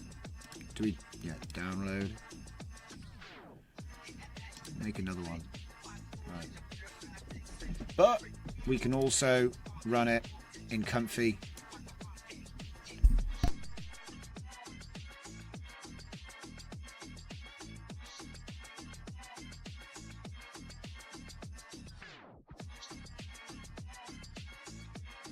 Cool, I'm sneezing like mad. A bit of dust got up my nose. Right. So basically, guys, that's pretty much everything I've got for you tonight. Cool. Oh, I'm choking. Don't worry, I'm okay. But basically, we're going to be back tomorrow. It's not going to be a 6 o'clock start tomorrow. It's probably going to be like 4 or 5 o'clock. So we'll start a little bit early. We'll go on to the same sort of time that we're at tonight. And like I said, it's just a little bit of fun doing the comparisons with the LLMs. So next time I hope to be showing you more little examples of how to interact with Klein to get it to do other stuff like writing on Rails. You could call it RAG. It's like a form of RAG, retrieval augmented generation. But there it is. So thanks everybody for coming along tonight. I've had a great time, and hopefully we'll have some more interesting things to show you tomorrow. So I'll see you there. Thanks for watching.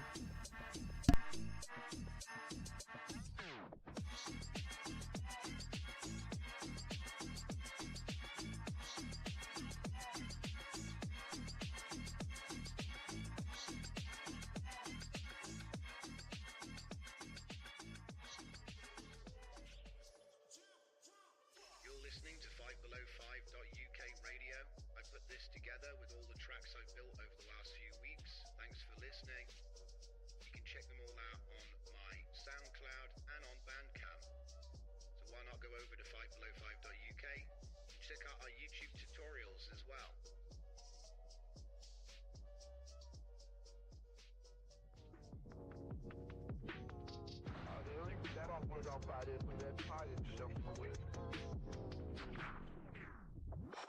Prison out there, loyal feeling in the mother to love I fit. Chinese phone better, Chinese phone better, Chinese phone better.